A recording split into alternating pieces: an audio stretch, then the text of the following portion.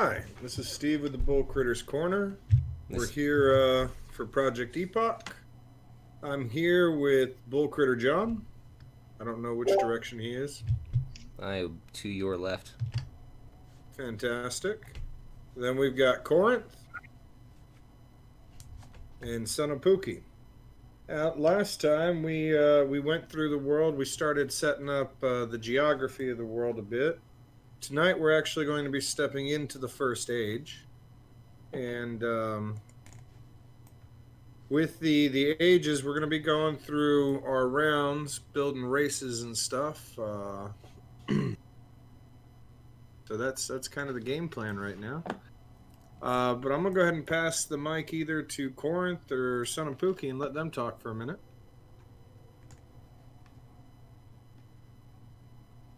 All right, Son of Pookie, it's you. Hi. What else do you want me to say? Uh, I don't know. well, how about this? We can Improv break is a down. strength of mine. Yeah, Everything down to me. We didn't do an intro last time. I don't think people kind of know anything about our backgrounds. I've been playing Dungeons and Dragons since I was 13, and I have been DMing since I was 16. So I've got about 25 years total experience. It's just a game that I really enjoy. And, I mean, I play all sorts of other games too, but Dungeons and Dragons is kind of like my bread and butter. So that's just my thoughts on that. Yeah, I've never role played before. This is my first time. Number one. It's first time ever. Holy shit. Yeah. No, I've been playing for about 20. I guess close to 25 years, like D2. Ever since first edition, maybe a little longer. Yeah, but I love D&D, man. It's great. So Yeah, I'm not into high fantasy. Anyway, It would figure our producer doesn't like high fantasy. He'd I mean, rather be in something like Shadowrun. yeah. We I all like prefer other things White too. Wolf. Like we all love. At least I do. I love White Wolf. Yeah, I man. think all Vampire of the us here Masquerade. love White Wolf. yeah. But real quick, Or shit. let me take a chance to take a look at this map real quick. So what we've had here is a busy week at the Bull Critters Corner, but we've got this map started here with a couple of these features, and we're going to be adding more of them. And while we work off of a little bit of the older maps too. And this will eventually be developed and fleshed out. And now, if you look too, it's not just these pre-made spatterings. Like these are individual little. I love this. This is Wonder Draft. If anybody's ever familiar with it, and it does a lot of smart map features for you, so you can get really into there really quick. Big fan. Dig. So. Steve did about an hour, I think, right? You supposed to take about an hour to do all this? What I've done right there is about an hour's worth of work. I just hadn't gotten a chance to get in here and really work on it yet. I've been in So- quarantine, and he's been removed from the garage / office now that it's been rebuilt. I built a wall. I don't know if you guys know that. I built a wall. I took down the garage door. I built a wall, put a door in. And clearly, no shit November is ever good. Shout out to my dead beard. I'll see you again next year. Why'd you shave your beard? Isn't November coming? Because my boss won't let me keep it. He What? only for November. Just tell him you're Muslim, dude. You can't say anything. Just give him a few Allah Akbars, bro. Oh, Weird come on face. now. It's true. I mean, You know, It's Alawa. It's Alawa. Allah Akbar. Alawa. Just saying. Allah okay. Akbar. So again, the map is still in need of some work. It is where it's at right now. So what we're going to be doing is going into the phases of the first age, and the phases are going to run through. Each phase will have a handful of rounds. I believe it's 5 rounds. Let me double check here. 3, 4, 5. That is a handful. 6 rounds. 6 rounds. And Hey, you're right about that. As we're moving through the rounds, the first round of each phase is going to be the creation phase, where we'll each take a turn, either creating a race, creating an order within a race, or creating an avatar of a race. So orders are going to be like your knightly orders, mage schools, organizations of that nature. And the avatars can be anything from like a heroic bloodline. Did you die? He died. Right. You guys are ridiculous. You're confusing me. So, Wow. um, Who's confusing you? you guys, I was froze. looking at the cameras and I was just like, what are you guys doing? You were talking. You're like, Oh. and then and then. But no, avatars are going to be like heroes or My phone is on silent. particular bloodlines, unique bloodlines within the races and things of that nature. After that, we're going to jump down to the command phase, or round phase, round, whatever. And in the command phase, you can command a race to construct major cities, form alliances, declare wars, technological paths. And then we have Command City, which is more for forming armies or creating very localized wonders, things that you would expect a city to achieve.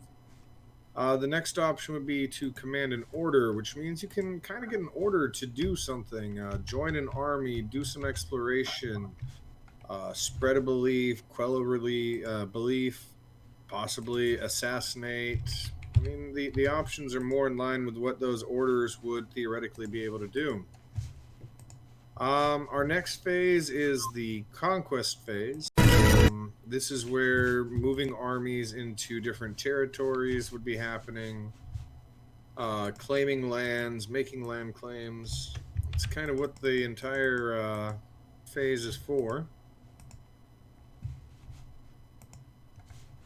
And we have the events phase, which is kind of where we get the opportunity to just kind of jump in and drop events in, some unique things. After we get through the events phase, we jump into the avatar phase where we have a roll table. So once you have an avatar created for a race, we kind of added a little bit of an element of RNG to the entire thing. So there's a list of options. Each time we come to the avatar phase, we'll be rolling a d10, seeing what comes out of that, and creating a narrative meaning behind it. And then our sixth round or phase, whatever we're calling it, I keep changing back and forth, is our resolution phase, where we sit down and we talk about everything that's happened in that round and kind of make it go from kind of the gobbledygook that it was while we were going through each one of the phases of the round and turn it into a comprehensive narrative. Turn it from horseshit to pristine horseshit. That's what I say. Well, sometimes you got to polish that horse shit up. That's right. Yeah, we don't have it available this week. We're going to try and have it available by next week, where we're keeping the notes on everything that's going to be happening, and that should be maintained on a Google spreadsheet, something that y'all can actually look at, so you can follow along as we're building everything up, and you can see what's been happening and how it's been happening. Other than just the video, and that's about where we're at. Also, we had the modifiers for the entire first stage. We had 4. We do. We do have that. Those will be the one of the biggest modifiers will be the one that said that they're planar race. But what are the other 3 again? Okay, so what we had from our last set of rolls for the entire age was planar invasion, alignment shift, chaos lawful, birth of the divine, and tidal waves. So although the current map as it's shown doesn't represent the giant crystal eye on that southern island, we've decided that the world is made up of a gathering of maybe dead, maybe just in hibernation, primordial dragon bodies. And we kind of, just talking about it, came up with the thought that the divine birth is actually some sort of a overbeing or a conglomeration of the divine entities or divine essences of the primordial dragons. So at this point, we know there's some sort of a divine essence that has awakened in the world? Is it the world? We don't really know what that is yet, and we'll figure that out slowly and surely as we go along. What we did figure out is that divine birth has turned that crystal eye, that crystal island, into a planar gate. And we've decided that for the 5 rounds that we're going through, at the top of each one of those rounds, a new random race will be joining the world and moving somewhere. They'll be coming from the eye, but then going somewhere in the world. Now, we have decided that the first and second race, although we don't know what they are necessarily, one is going to be of a abyssal birthing and one is going to be of a celestial birthing. Beyond that, the other 3, who knows? We'll figure it out as we go. Then to the concept of the tidal waves and the alignment shift. The alignment shift is going to be based on the races coming in. The tidal waves are just kind of like the world tremors, the entire world kind of having a backlash of this divine entity being birthed. And that is the world that we find ourselves in. We do have a couple of races that are already on the map. I know that we have some form of lizard folk, and we have some sentient acidic oozes. And I know we had more than that. Oh yeah, the salmon. Salmon.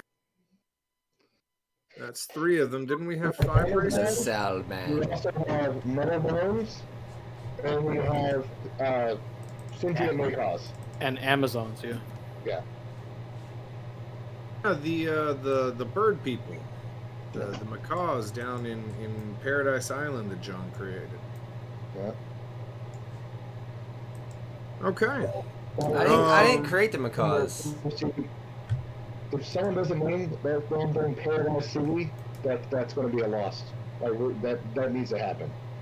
I need the macaws to make a Paradise City. Will the girls be pretty? That's right. All right. So with that said, we're going to kind of jump into this. Hey, before we get too far down, let me change my Discord key from Alt for my. The reason I say that is because when I go into this setting, it's going to go ahead and change. But right now, every time I hit Alt, the map is flashing. Like I said, I use Right Control and I have no problems with it. There we go. Dope. Yep, I just hit Right Control and used that. And Noax, how's it going, buddy?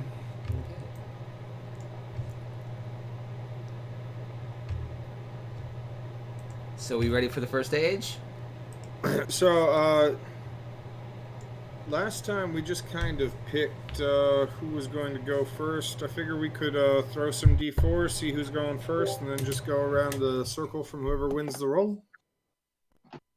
It works with me. All right, throw some D4s, gentlemen. Oh, bother.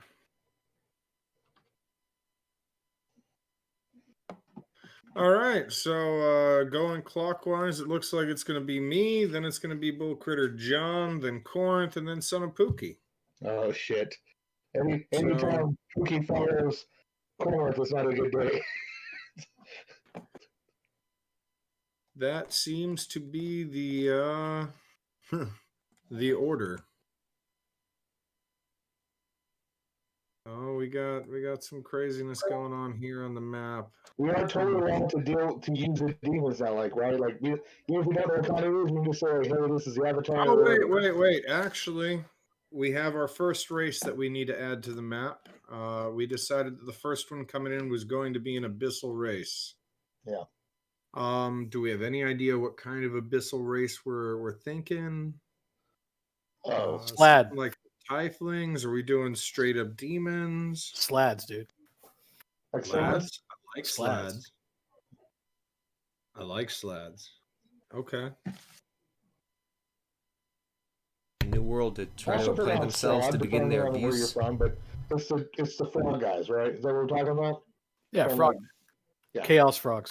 Chaos Yeah, frogs, the chaos frogs. And All then right, now looking at the map, guys, I was thinking this. All I just heard this was giant Battletoads. swamp island next to the Paradise Island How do y'all feel about that being the slot home? Which one? Okay. Just Yeah, that pinging it works. on the map right here. All right, we're gonna go ahead and slap the slot right in there. I'm gonna throw some text on the map so we know where they're at.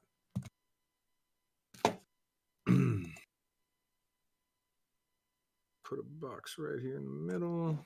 Grab some text. Slide.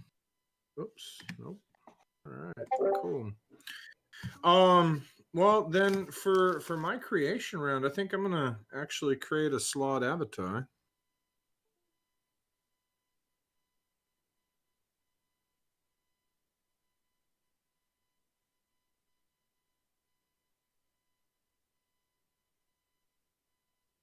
And Colonel Vlad the Slod. I'm just gonna actually create the Trax bloodline within the slot. Colonel Vlad the Slod.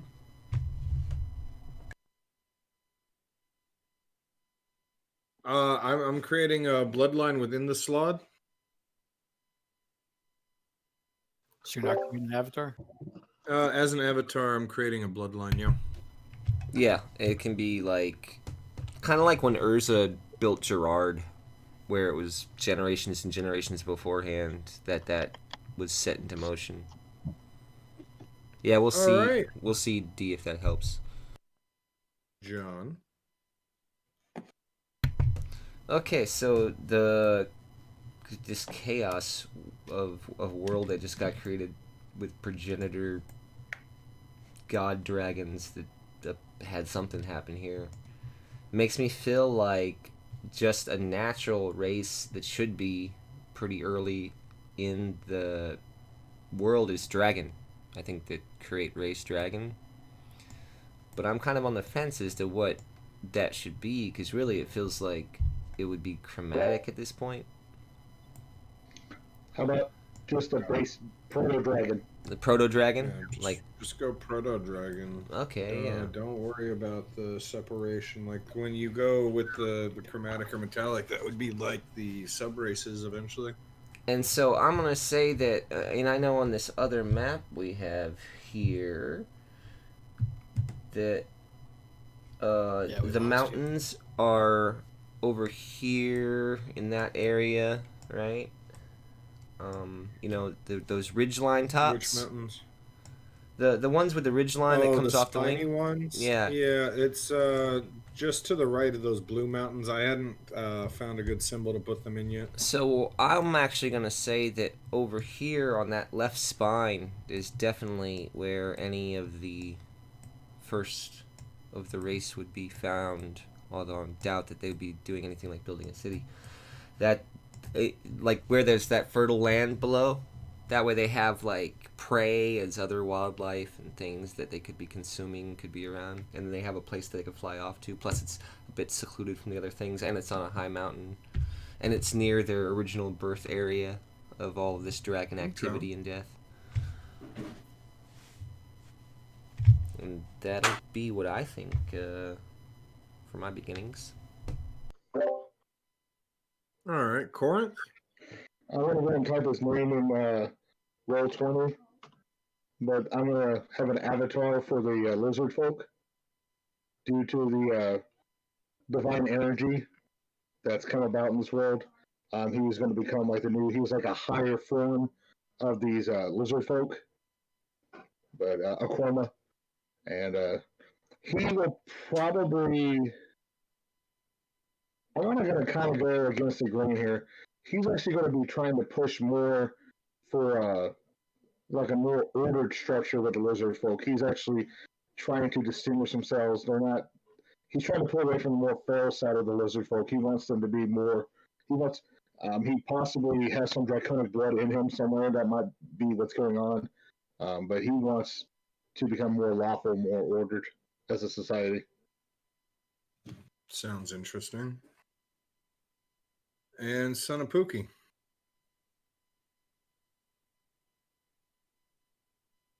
Yeah, I'm gonna create an avatar for the dragons. It's gonna be a female, and she's named Rend, and I want her to be like a combination of all the ancient dragons that were on this planet before. So she's like a Tiamat or Bahamut, like a combination of all the different energies. Okay.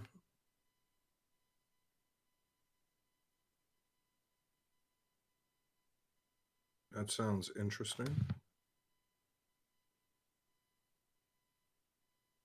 All right. Well, that will bring a close to our first round within the phase. Now we're going to the command phase. What are the two races on Paradise Island again? The macaws and the Amazons. Macaws Yeah, and the Amazons. macaws and the Amazons. I've been searching around trying to find out where these lizard folk are. The Where's the lizard original- folk Did you put the original map somewhere? In Discord, it's it's on the in channel. Discord. The general. The lizard folk are on the edge of the acidic lake. Oh, okay. to the north. Cool. Yeah, they're on the edge.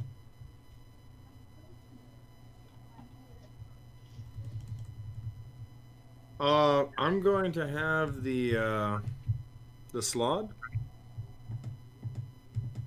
build the city of Trax right in the dead center of the island there.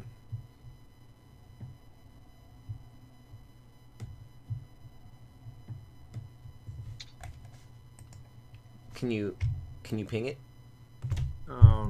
Where I put the Slod is where I'm going to be putting the city Trax.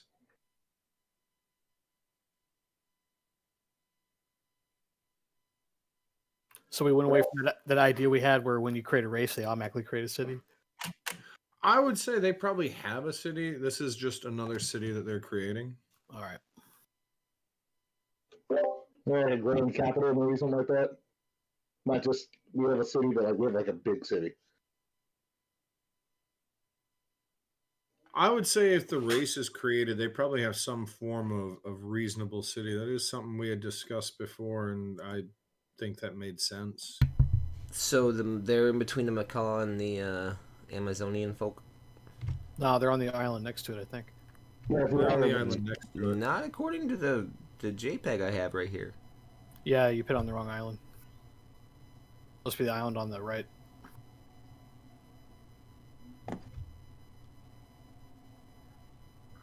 Did I turn the wrong island into Paradise Island? Yeah, it looks like it. Well, it looks like that's where the macaws are now. Well, They just didn't realize that the reality fine. was wrong. That's all it is. all right. That's going to. Oops. We can remove it. We can just fix that later. We can just move the slot over to the other side. That's fine. Exactamundo. Oh, yeah. Either way. I kind of like it like it is now, though. Yeah, honestly. Further to the east. Yeah.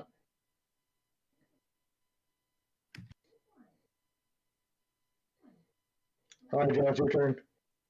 Text him.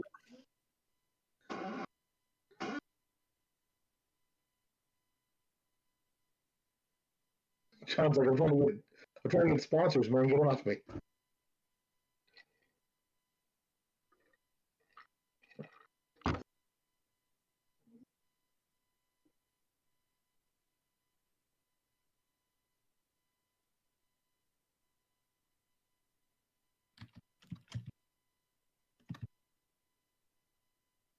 I had to close out of Discord as rapidly as I opened it, and I had to turn my mic off. The way OBS is working, I was looking for the command list of all the options available to do, and I was about to go into Discord, and then I realized, oh my god, if I do this, then it's closed Discord out of my PC, Sorry. and then I'll just create a chain you effect. can- Race in order.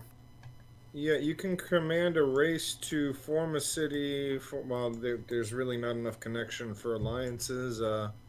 You could advance in a technological path. Since all the created races have cities, you could command one of the cities to start working on a wonder or forming an army, building something of some sort of importance to the city's infrastructure. We don't have any orders, so you can't do anything with those yet. I think, okay, so we have unimpeded macaw folk. Now, actually, I think I might go with the Amazons, but that's a bit weird, odd for the Amazons. Well, not really. It's just odd for the idea that Amazons would come across it first, I guess. I was hoping that somebody would get like I was trying to think of an island life, right? So what are they doing? Everything's provided for them. They don't have to work as hard. So they look up to the stars. They look up to the other things. They look out to explore, but not explore yet. It's just the base thoughts of it. You know what I mean? So like, I imagine these people like setting up kind of like a Stonehenge or some other astrologically important, like maybe a calendar or date time kind of important thing. Honestly. That's a great idea. But I'm trying to figure out what Like that a- would be for What macaws. about like a star map? Yeah, kind of like a star map built on the island itself or something. But how would a macaw do it, right? Because it's a bird. First off, their eyes are on the side of their head, right? One would assume. Is that correct? So like, how are they looking? So I started thinking like, how are they looking up? How does that work? They're anthropomorphic though, right? Like they have Yeah, legs they're and arms. anthropomorphic. Okay.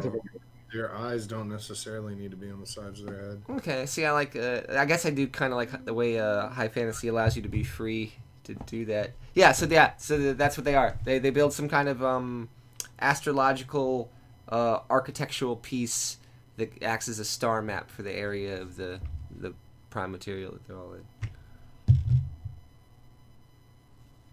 Macaw philosophers. Hey, all I do is sit around and quack nuts all day, so they gotta find other shit to do. Stone nest. How about instead of a star map, maybe they come up with some way to track the two suns of the world? Yeah, that's what I mean. Like they build the calendar. The two suns of the world would be part of it. It's like they're starting to understand how their actual cosmology, as far as like in their prime material realm, works. Okay, I dig. So that'll lead to like calendars, navigation, and other things. Things birds probably just get naturally. Yeah. And Lord knows there's as much water as there, navigation's going to be kind of huge. Especially with tidal waves being an issue in this first age. I think it might push it off a little bit. Yeah, they're not going to be doing much. But whoever, might be the flyers. I just keep thinking, whoever does take to the sea though, they're gonna be really good. So in ages where the tidal wave has subsided, they're still gonna be like, no, we can go to the dangerous waters. That's not dangerous. You got no clue what dangerous is like. My great grandpa had to deal with like 20-foot waves. All right, so that brings us over to Corinth. Damn. It's hard to follow up a star chart. Shit. Yeah, I mean, star chart's a heck of a way to go. I like that. Yeah. That's some crazy stuff right there. Let's see.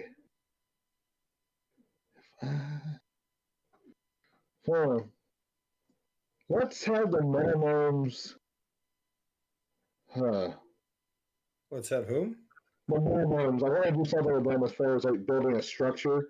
Like, I want them to really start like locking down architecture. I guess maybe start working on their tech as far as the architecture goes. Maybe they can start refining because of the natural materials they have. Maybe they're working on giant. I guess I'm gonna take a page out of Easter Island. They're gonna start working on like monoliths. All right, I'm not gonna lie. I need to catch which race that was one more time. I'm sorry. Metal gnomes.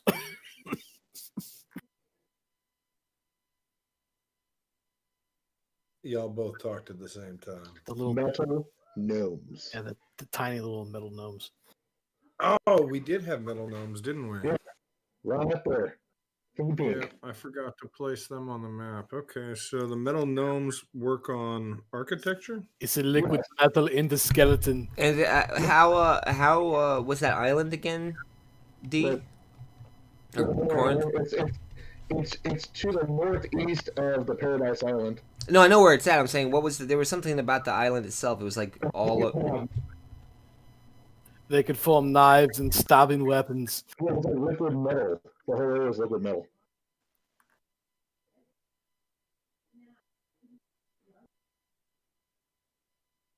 So, but yeah, we're gonna start basically with our architecture, but specifically like they're building monoliths to their deity that they worship. I have a quick question about the liquid metal. Right, so they're metal gnomes. Do they still consume something? Like they eat things? Because then, like, could there be metal fauna and metal flora on the metal Absolutely. liquid That's what I island? assumed. Yeah. Yeah, The whole I think island of metal it's shit. made out of metal. And they consume things inside of that natural life cycle of the metal island. They drink metal water. It's High, that's a high mineral content. Lots of zinc and magnesium. That's fantastic. All right, and then Son of Pookie, your turn, brother. All right.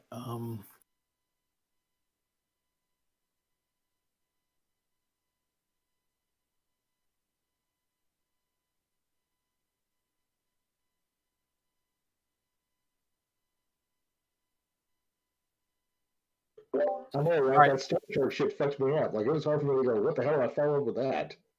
The SLAD order is going to create a secret society within the Amazons. They're going to use like their shape changing powers to kind of infiltrate them.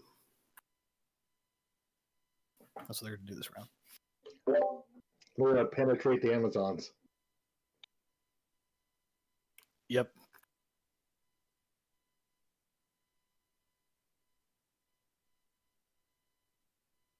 Okay. And with that, we are at a close for the command phase. Phase 1 complete. Now we're off into the conquest phase. This one is usually going to be pretty quick in the first couple rounds because there's not much going on. But let's go ahead and start with what was that? Especially all them fucking tidal waves throwing around shit. Like, I can't get to the other side. The fucking tidal waves are just blocking me.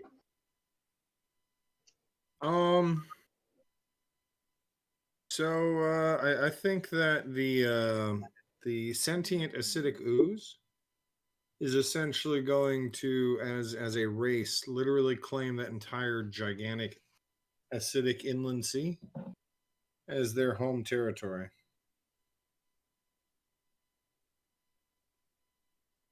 Which they will hopefully expand into as time goes on. That's what I'm going to do. Doubt there will be very many people arguing with them. I don't know. Things may change. Like, how do you have a conversation with those guys? Like, slurp, squirtle, squash? Like, unless they're telepathic or some shit. Like, you know, you do like stick your finger like a mud puddle and it makes like a slurping sound? Or is that how you communicate with them? Or like, what? You come around the corner and you see two of them chilling with a gelatinous cube for like 5 minutes, and then they just disperse. And you're like, wait, did they just have a convo? Like, what the was this? This could have been the Rosetta Stone of the entire thing. So some kind of ooze orgy. Oh, did you? Never mind. I'm not going to go there. Did you bring me over? John. Like the cube can suck them all in, dude. That's what a cube does.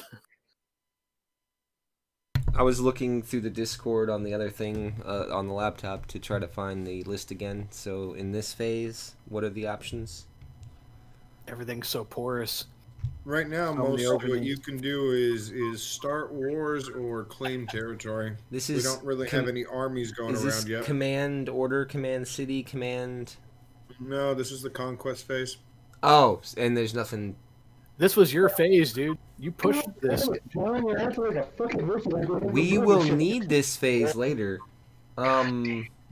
Yeah, so the macaws, right? The macaws down here. Since I'm dealing with the macaws anyway down here. The macaws have no issue with anybody. They are like laid back folk, and they're only gonna claim like the top third of that Paradise Island. They're just trying to crack some nuts, man. Crack some nuts, roast some stars. But they also claim like everything in the sky above 20 feet on the island. They only take like this much land off of the top corner, but then they're like, but anything in the air is ours. Unimpeded. Heat-seeking missiles. They're paradise beach dwelling, laid back people. All right, Corin. Oh, well, clearly the lizard folk seeing as how that entire area is a giant pool of acid, will not try to contest that area, and will start moving their way east and north. They're gonna head towards more like the rivers and the first like yeah, that whole. They're gonna start trying to claim that area right there. They're just trying to get the hell away from the acidic ooze. They may have some protections against them, but the oozes can't be reasoned with because right now they don't know how to talk to them because no one speaks fluent puddle. Well, I mean, fluent puddle is difficult to speak. Very. It takes years and years of practice, and right now the lizard folk ain't got no time for that. All right, son of Pookie. The Slad are going to take this whole island as theirs. So across from Paradise Island, you have Hell Island. So you know. Welcome, everybody watching it on Twitch. I see you there. I would be responding in chat, but I can't log in the middle of this. Apparently, I have to log in. We do appreciate our viewers. It's viewers like you that make this happen. All right, so with that, we move into the events phase. Now, the events phase, as I was talking before, is a little bit more open-ended. It's where we kind of add events, be they plagues or founding of rare or unique minerals or maybe artifacts. It's a very open-ended, open option phase where we can just kind of play some creative hokum.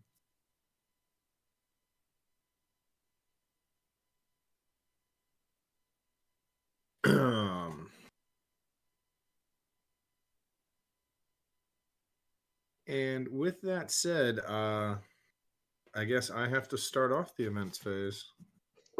You're like, goddamn D4 got me again. Yeah, the bane of DM dice. They always roll high when you don't want them to, right? Yeah, they're real high when you're a DM, and they're real terrible when you're a player. Yeah, I mean, if I would have been sitting back and letting one of y'all lead the show here, I probably would have rolled a 1. Yeah. That's what I should have done. That's what I should have But done. since we're on the topic of playing with the slod so much, I think I'm gonna keep my event going with the slod, and I'm going to say that under the city of Trax, or in the near capacity of the city of Trax, they actually find the still beating heart of a primordial dragon. That is not going to end well. Fuck.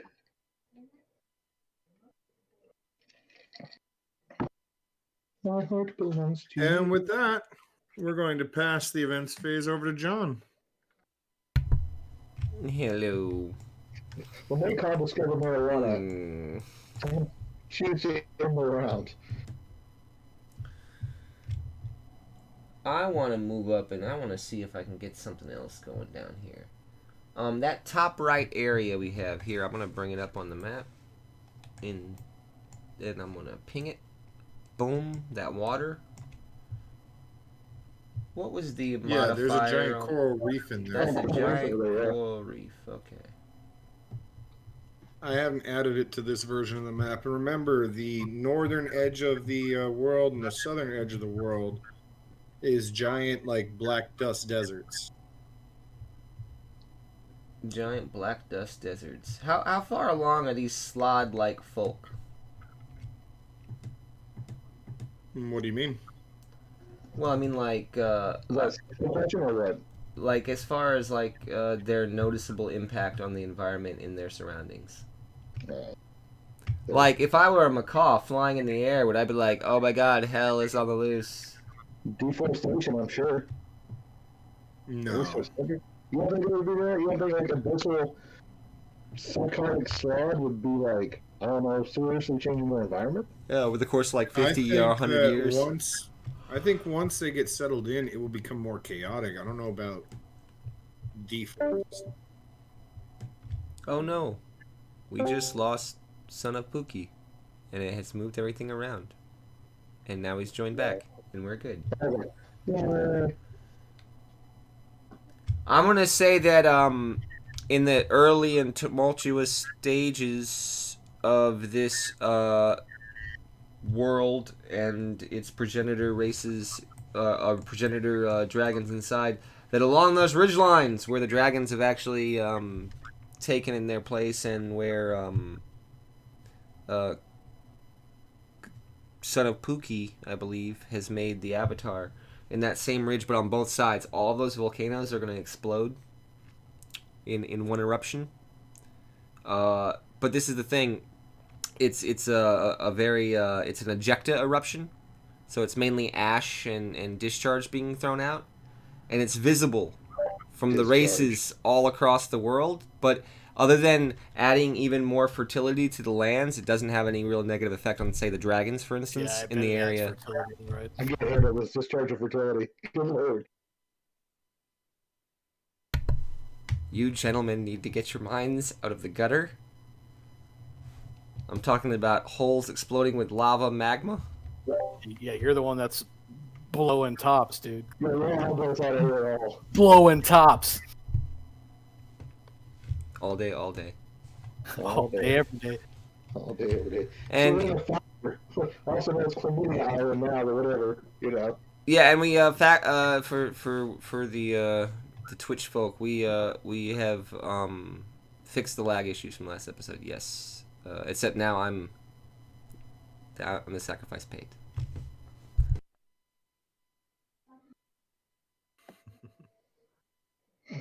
So, okay. So we had a bunch of lava blow off. Mostly ash, a little bit of magma on those volcanoes that are along the magma dragon ridge lines. Okay. Okay. Liquid hot magma. Frickin' Alright. frickin' lizard beams on their heads. Yeah, that's right. Hey, I watched an episode of a science show, and they said it turned out to be green lasers. That'd be the best lasers for underwater.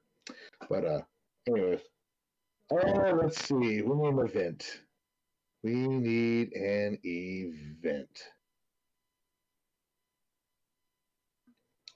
Since we can craft artifacts, Aquama is going to develop a vat using some of the primordial like acid and it was because there's a progenitor aspect to it clearly. He's going to take some of that with him, and with that vat, he's going to start enhancing his other dragon folk and awakening more draconic-like traits. Like basically, like some of them are going to become almost like half dragon-like, like a half acidic dragon folk, and that's what he's going to be. And he's not going to do it for everyone. Clearly, he doesn't have enough, and he doesn't want to upset the sentient oozes by taking too much of their stuff. But maybe like he's going to eventually create an order out of that. Because they're already reflective, right? So Yeah, they're they're gonna add reflective. more power to them. Yeah. All right. So that's what he's going to do. Cool. And Son of Pookie. All right, so you see this mountain here in the middle of the acid? Remember how we said it was the dragon's mouth? Well, it's going to go ahead and Yeah. break out of this mountain that's encased in. So this giant black dragon, which is the portal to the plane of acid, is going to break out of this mountain and make his home in these acid waters that the ooze have claimed, continuing to fill up this lake with more acid. But now the mountain is no longer a mountain. It's kind of a hollowed out crater. Like the inside section of it. Yeah, it's like a giant blow on top of a blown volcano. Yeah, yeah. So one of the ancient dragons is awake up here in this lake. It's like how big would you say it is? Is it? Because in my mind, it's like a third the size of the lake. Probably a third, maybe a fourth, at least as Yeah. big as the mountain. It's motherfucking huge.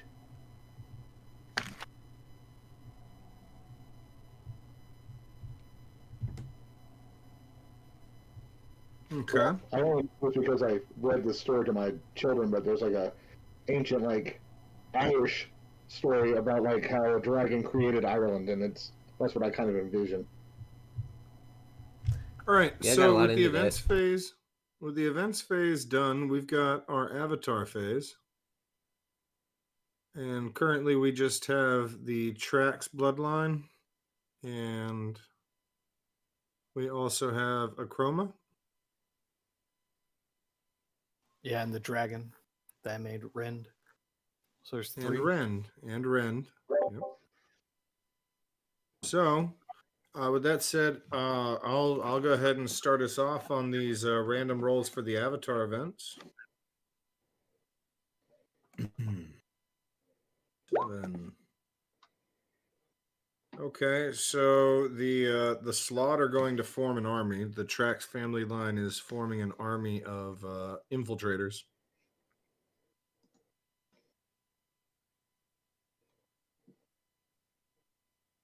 All right, Corinth. Acroma is going to be building a base of operations, so you gotta decide where that's going to be. And Son of Pookie, your Rend is going to form an alliance with another avatar, hinder another avatar, capture another avatar, or possibly kill another avatar. She's going to form an alliance with the Chroma. It explains how he's able to like give them more dragon-like qualities and powers. Because they form this alliance where she's like helping them. She's like lending her magic. Yeah. But where is Ren based out of that? Where exactly is she at again? She's over here. On this head, the magma head. Okay. Okay. And where's in Acroma is that's the Slad one? What's that one? Well, Chroma is a lizard folk. No, Acroma lizard is folk. the proto lizard folk. Okay, cool. Up there, gotcha. Do we have any other avatars besides those 3? No, No, currently 3. those are the 3 avatars that are in play. Okay, and to the Twitch folks, yep, Corinth will be getting a new mic soon enough. If it works out. It's not as bad as it was last time.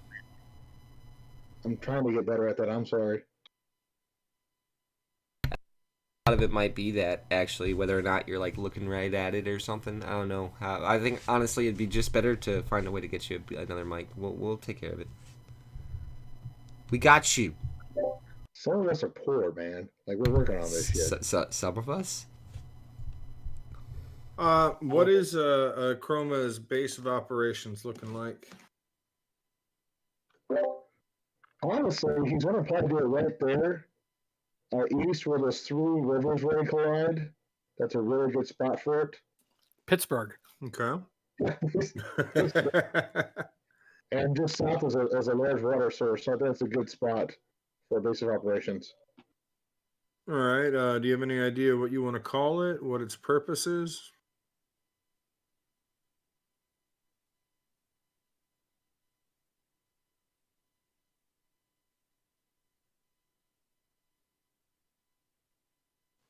I can't hear him. He probably didn't unmute himself.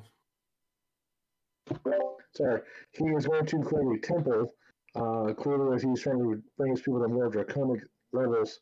So I think he's going to basically create a temple right there to the draconic deities. These proto-dragons. Okay.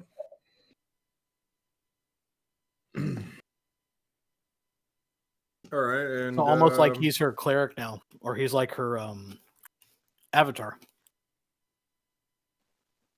right? Because she like helped them with her around. That's what I would think, honestly.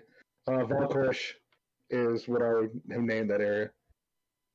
I just came up with it. I have no idea what that means. Cool. That's the best way to do it.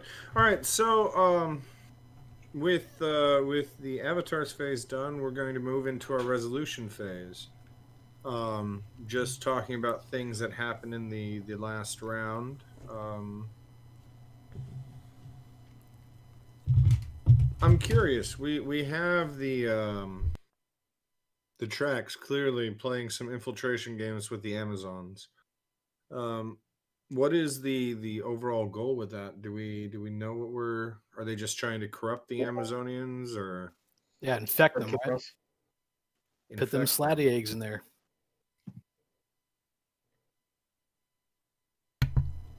I know nothing of slads except that they're like the fantasy equivalent of a Jabba the Hutt, I'm assuming, you know. No, they're like frogmen.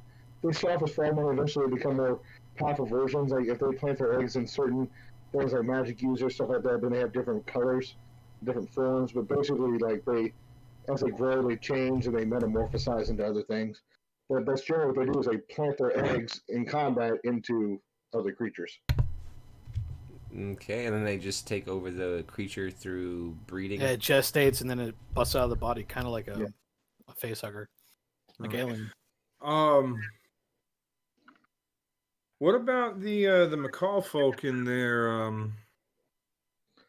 star map? Any major play coming from that? I think they're going to be the ones to start figuring out how many moons this world has. Yeah, discovering those islands, right? Those the islands that have the suns and the moons. Yeah, And they're like, there's 6 of them, right? yeah, and then they may be the first ones to figure out there's like a dead god body out there, some kind of irregularity out there in space. I think also that they might, because of the fact that they came together to do those things, will have like maybe a theocracy eventually. Like they're starting to move maybe towards the theocracy based society, or like druidic in a fashion, possibly, just because of the fact that they're the first things that they're becoming knowledgeable about are the inner workings of the actual world itself and how it's operating. It's They'd also definitely balance. Figure out that those central islands are moving because they're so close to them. And if they're looking at the stars and everything, they're going to tell that those bodies are moving. Those islands are Yep. moving. What are our thoughts about like, are they noticing this slod thing next door, or is that something that is passing under their eyes so far? Okay. I mean, since we're saying that the amount of years that pass and What was that, Corinth? I said I don't think that they know about the infiltration, but they definitely know the slaughter there. Okay, so and your thoughts, Steve? well, I was going to say, given the amount of time we're having passed theoretically between each one of these rounds in the first phase, it's what, like 500 or 600 years, right? Correct. So, given that consideration, what kind of effects do you think the Slod presence is having on the swamp-like island that they kind of claimed? I mean, earlier Corinth was talking about deforestation, which I think that they would have less of an industrial effect and more of a just bending and twisting of the Yeah, thing. I think the reality would twist, right? Like that movie with Oscar Isaacs and Natalie Portman. What was that called? Where that Annihilation, how like everything starts to like randomly mutate, regress, or progress. The fauna of it would be really like they would start becoming more chaotic, like mutations. I like that idea And that- of them changing, right? That's a cool idea. And one could say that energy, that effect kind of seeps in tons of different ways. It seeps into the waters outside of the island. It seeps into the living life in the islands nearby on the edges. Like an infection Yeah. spreading. Yeah, like an infection slowly creeping. It's like, say, like there's the main macaw civil settlement, which would be where that race is actually first built. But if you have any like rural macaws living out in the edges, they might get like more violent, or they might like separate themselves from the general society because they're like, well, no, those fuckers aren't. They don't think the way we Even fuck start- them. Yeah, even start to mutate, right? I mean, that's definitely Yeah, possible. or start showing possibly. mutations. Soft beak. Okay. They get hit with a plague of soft beak. I like where all that's going. It's very interesting. My next question is for the acidic oozes. Their home was that mountain that essentially they were birthed from. The thing that birthed them, theoretically, is that dragon that just popped out. What does that do to the acidic oozes? Are they upset about this? Are they turning to full-on worship of the awakened dragon? To me, I don't see them worshiping. I guess like you would think that they would, but to me, like they probably have their own agenda. Like they just want to exist. Like they're still oozes, you know. I don't know how much they're going to care. It's going to be more along the lines of they want to exist. Yeah, I don't know if it would affect them that much, right? I mean, it's not destroying them. No, Just it's swimming not. around the lake and creating more acid. Yeah, does it threaten them? No. Then I does don't it? think How about I don't this? think it would. Does it protect them? I think protection would probably be more appropriate. I'm sure that giant fucking dragon there, no one's like, hey, this is great. Let's go fuck with those oozes. Yeah, and the question then becomes, okay, so we said that this ooze is a race, and it's not. So one would assume then it's not just a monster race; it's a race that has the capability of having a society, right? So that means that they have They have a thought, city. and they have a settlement, they have a city. So do these things look at that dragon and go, actually, I don't know what's in this world, but I know nothing's gonna come mess with us if that thing's here. And we just lost Sonapuki, and Sonapuki's back. But Discord sucks. But Bull Critter Steve's video just went black, so Yeah, the camera's acting up. Give me just a minute, but let's keep talking. Don't worry about my camera going out. Yeah, for I a like minute. the idea of them using it as a defense strategy. I think that's a great idea. I think like maybe they build up that crater and make that like their major city. ooh, that's like a pool. Yeah, you know, and like begins to form back into it. and that's where they would put their main city, I think, because it's protected by the dragon and by the acid. Or you could also and say then by that the crater. like that's the center of their city, or like the center of the crater is where like their breeding pool is, or wherever they keep their most precious like things that could be destroyed. Moist. Yeah, moist. Moist. I Yeah, think that I also don't know if maybe the worship thing isn't appropriate, but maybe they would think it was like them. Like maybe they think that's what they are. yeah, Like they'll eventually become giant black dragons. yeah. That's because it's what created them. that's So maybe they believe that's like their final form. and shit, that's dude. like the theology that starts to develop because of this thing being That would around be them. interesting. That would be dope. It's just like they're always trying to become closer to dragons, like to they're like become that. they're like kobolds, but not at all in any way, shape, or form. Yeah, dude, kobolds, acid kobolds. That's a great idea. They're like, we're just going to get together and eventually we'll be like one dragon. Yeah. We just had to form, and then that's Are their- we talking about Voltron kobolds? Yeah. I'm No. I was fucking about down, no. dude. Yeah, no. Voltron oozes that's that all come awesome. together to make one big ooze dragon, acid ooze dragon. It'll be great. I hate Softbeak in the Twitch. Everybody hates Softbeak. Okay. Man, was there anything else to ask questions about? The lizard folk, the proto lizard men, and their migration east. Are they being purely migratory, or are they, dropping little get-togethers or little not civilizations, like little hamlets all along Dude, the way? we should make them nomadic, like the fucking Khans, dude. Like the Mongols, just roam across the land and shit. Step people. Like step, yeah. I mean, I'm sure it has a main base operation, but not all go on far. I mean, like, clearly Corman's got his main guard. But, people want to farm. The area is very fertile. That's a very fertile area to be in. Yeah, and just like in that test run, we can say that settlement, that area right there, that settlement is the band, and so they can up their tech and they can figure out new things because they travel and all their knowledge is kept with their travels. And yeah, and like you said, it's a fertile area, and so as new races pop up, like these things are probably just terrorizing the countryside's mammalian populace. And eventually, as more races come, they're gonna find out too. I mean, imagine like an ordered sect of like lizard folk who are warriors, but they're not stupid. Like they're not idiots. They make wise tactical decisions. Yeah, like they're cave folk hunting down like the very Mongols. dangerous. Yeah, or like the Mongols. Yeah. So, I do have another question.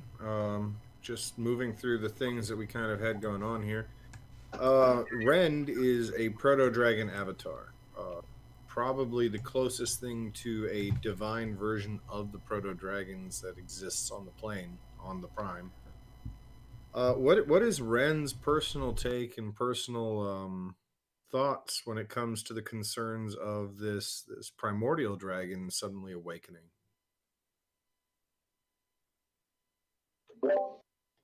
It depends, I guess, on where she whose avatar she is. Like I know she's a primordial dragon avatar, but which one? I think she's like I see her like a combination of all of them.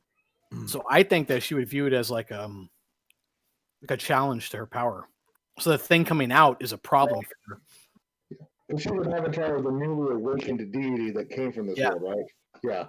Yeah. I can see that. She'd be like, "Who are you and why are you on my plane?"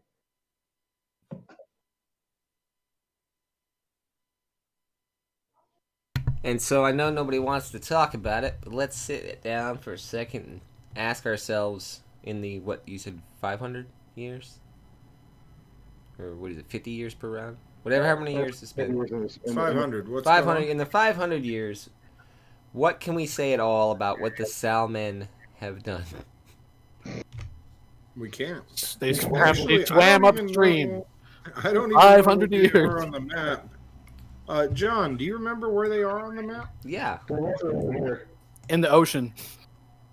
You mind dropping a little marker for him, please? Sure. Thank you.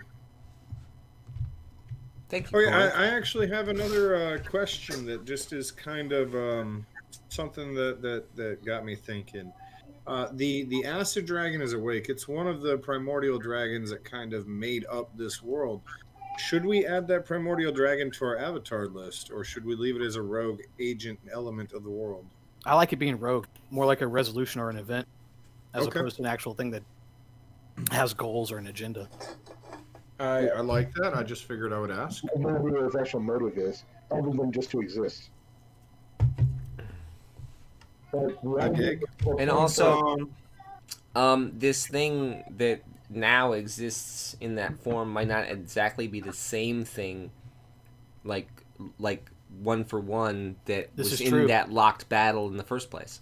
It could be an avatar of it or a piece Yeah, of it could be a piece or it of could just it, be it could something be from that part- plane yeah. that they Or- think is the portal, right? Yeah, I mean, anything's possible in that regard. It's just more of a question of what we were thinking on that. I had an idea about the metal gnome. Okay. What if they try to make an alliance with the lizard folk too? Because I see that their avatar is using the acid to like improve. I the mean, I lizard folk. could see that possibly, but right now they're almost a world away from them. And there's tidal waves preventing most travel. Make contact with anyone. It's going to be the Makos flying over to them. Or the Amazon. Or the Yeah, Amazons. those two people. Like maybe they met the Macaws and then the Macaman like already met the Amazon, so the Macaman play like you ever play Civ? Hey, you have contact information from these people? Can you introduce us? Yeah, well, nobody made armies, so I'm assuming everybody's peaceful except for the Slad, right? Or the Slod, because the Slod are the only ones that infiltrated somebody. The Slot have an army right now. I too. see the Macaman and I But know the secret Macaws army, you said it's the infiltrators, right? Yeah, So they have it's an the army like in infiltrator. the middle of their city. It's bad. It's not a good thing. So the walls of Jericho will fall. Yeah. I can see the macaws though, because it seems like the macaws and the male gnomes almost have like this, like they're trying to find out more, or they're trying to seek more going on. So I can see those two mutually speaking with each other about like what's outside the plane or like what's in the stars, you know.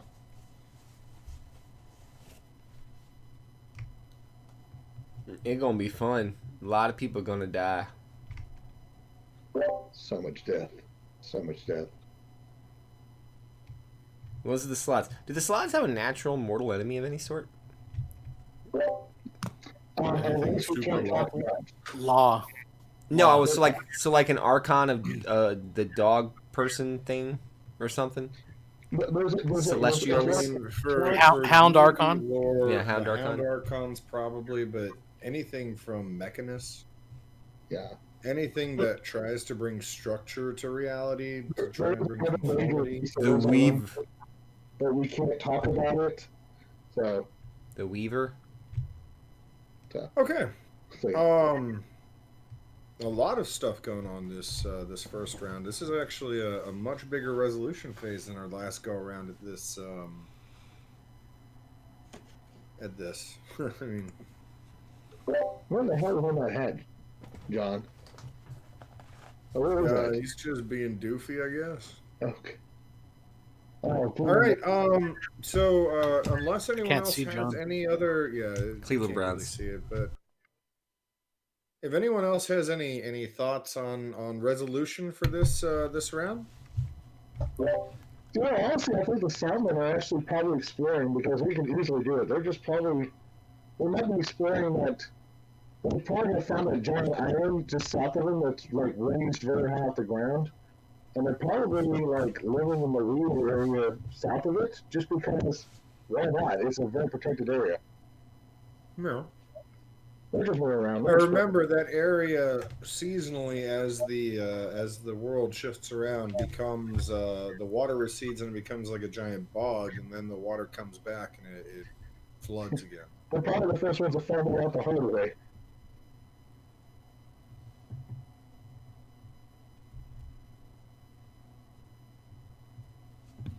Okay. Sorry, that's a good use. Yeah, that was a good mute, right? So I think that's going to take us into our second round, which leads us to another conversation point here. We need to add a celestial race to the world. So the floor is open to ideas. That's why I asked. What's the celestial opposite of a slat? Yeah, clouds are generally chaotic neutral. So, I mean, technically, Mechanist would be the best answer, but they're also a pistol, so they're probably chaotic evil. So Anything from the celestial realm. So anything from the celestial realm. What about celestial what about- realm? yeah? What about coatls? The giant flying rainbow snake. Hell yes. The Is rainbow that- snakes. That's Is that a whole race? I thought that was isn't that It's a race. Quetzalcoatl? I thought it was just a god. No, yeah, but there's actually a monster class called a quaddle. And Quaddle. they're like super hairy rainbow serpents. Yeah, but that's great. I love this idea. I have never even thought of a sentient quaddle. Yeah. Like in a society with Yeah. that's dope. That's dope. I dig that. The question is, they're quaddles. Oh So, my god, that- I keep thinking them like I know that they're like Central American in concept, but I keep thinking of how like that Central American architecture blends to like the Babylonian. Yeah. Because I see Quaddle and I just think of like the Hanging Gardens, you know. Yeah. Oh yeah. As far as a location for the Coatl to take up, I mean, we've got a lot of races kind of rocking and rolling down here in this southern area. Maybe the area west of that, like this area right here. I was thinking Jungle? actually going above the ridge line. I was thinking, you know, the island to the northwest that kind of looks like a horseshoe. Well, I like that. Yeah. Yeah. We really, other than the mountains, hadn't decided what kind of an island this is, and I Is could that the see one this that- being kind of a. Is that the one where the there's all that root systems in between the islands and the water rises and falls? No, that's the one south of the sun. No, that's the one by the salmon. Oh, okay. Where's this horseshoe one then? Over here. Yeah, What's right it? there. Oh, other side, northwest. Okay. North. Yeah, I'm gonna spell this horribly. Does someone else wanna pop in there and type in Quaddle? Because I don't remember how that's actually spelled. There's probably a U after the Q, but there might not be. I can't. That's actually really close to what I ended up writing down on a piece of paper here. I think it's got an A in So, it. I think. COUNTL. I'm just gonna put it there like that. Oh, that's and different. we will address spelling when we go for a finished polished product. But okay, I so might be celestial entirely winged off base. snakes. I love the addition of this, and that brings us to the creation phase for us, not just the round effect. And we're at creation again. So always the hard question: what to come up with, what to make. We got races, orders, and avatars.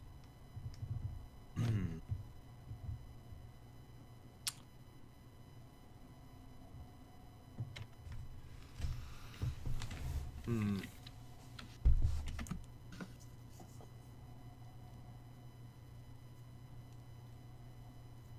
Man.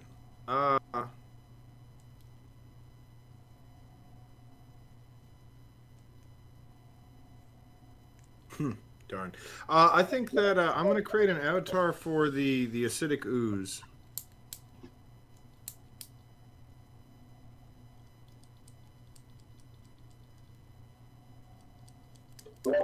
I'm hoping someone creates an avatar for the salmon called Jean Pierre the Explorer or something like that. That's gonna be.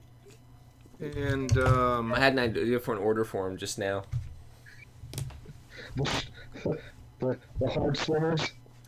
Do you ever read John Steinbeck's The Pearl?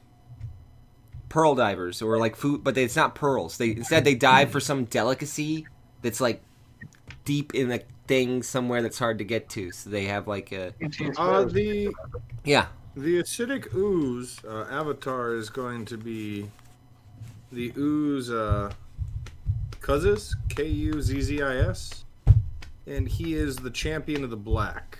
His goal for the race is to elevate themselves into their true form. Which is clearly a giant. Which is clearly a giant black dragon, yeah.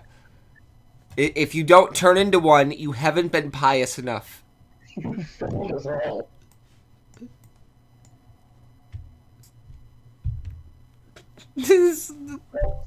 you imagine being a dragon? Can you imagine being a player character trying to interact with that? Like first off, you have to get past the first stage, which is like, wait, you can communicate with them? They have a civilization? And then after that, it's like, wait, they believe what?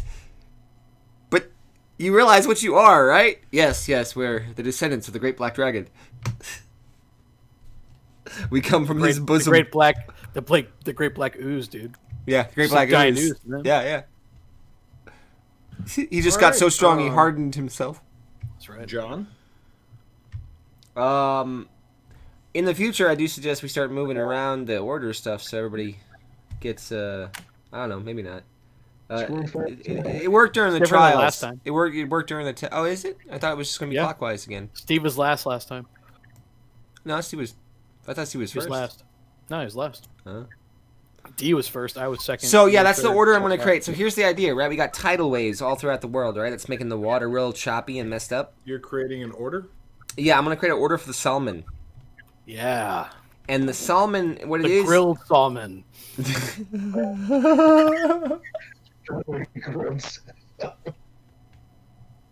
The cedar plate collectors. No, do you have a name for the order? I would love a brainstorm on the name. So here's the idea behind the order, right? All you can eat. So salmon. There's like a delicacy or something, and in order garlic herb salmon.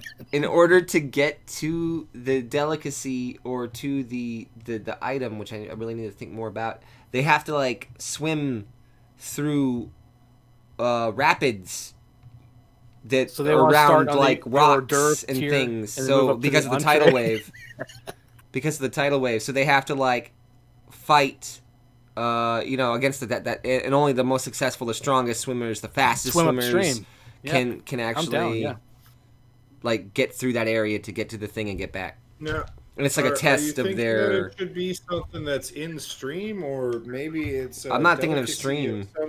I'm thinking of like what if, in the hey John, ocean what waters. if the mouth of one of these rivers is what you're talking about? It's like their gauntlet, and they can only procreate if they make it through this gauntlet you're talking about. Well, I wasn't bringing them into the idea of the salmon going upstream and breeding to die part. I don't see how that could work for a civilization every generation of adult males. Why not, dude? Because then you like really have a hard time keeping a standing army. It's fish eugenics. What I was thinking is you the strongest, fastest. You want some sort of a delicacy that's also dangerous to acquire, right? Yeah, whether it be a actual delicacy or some kind of resource or like a pearl, Well, hear me out on this. We have a chain. Or Easter Island. Easter Island. They did the egg, right? We have this chain of islands that cuts across the center of the world that constantly moves. I would assume that the underwater portion that is probably not a very easy to navigate or safe place to be. Yeah, and eventually I imagine they get to that level. I'm saying they're just doing that locally right now. At a level like this is just the beginning of the order being established, where a bunch of guys that were just standing around going, "You ain't got the balls to do that." Yeah, I can, and then that turned into a sport. and then that turned into an actual like order where it was like, actually, this is how we pick the leaders of our society now. Kind of like Easter Island. Go off to the island and get back.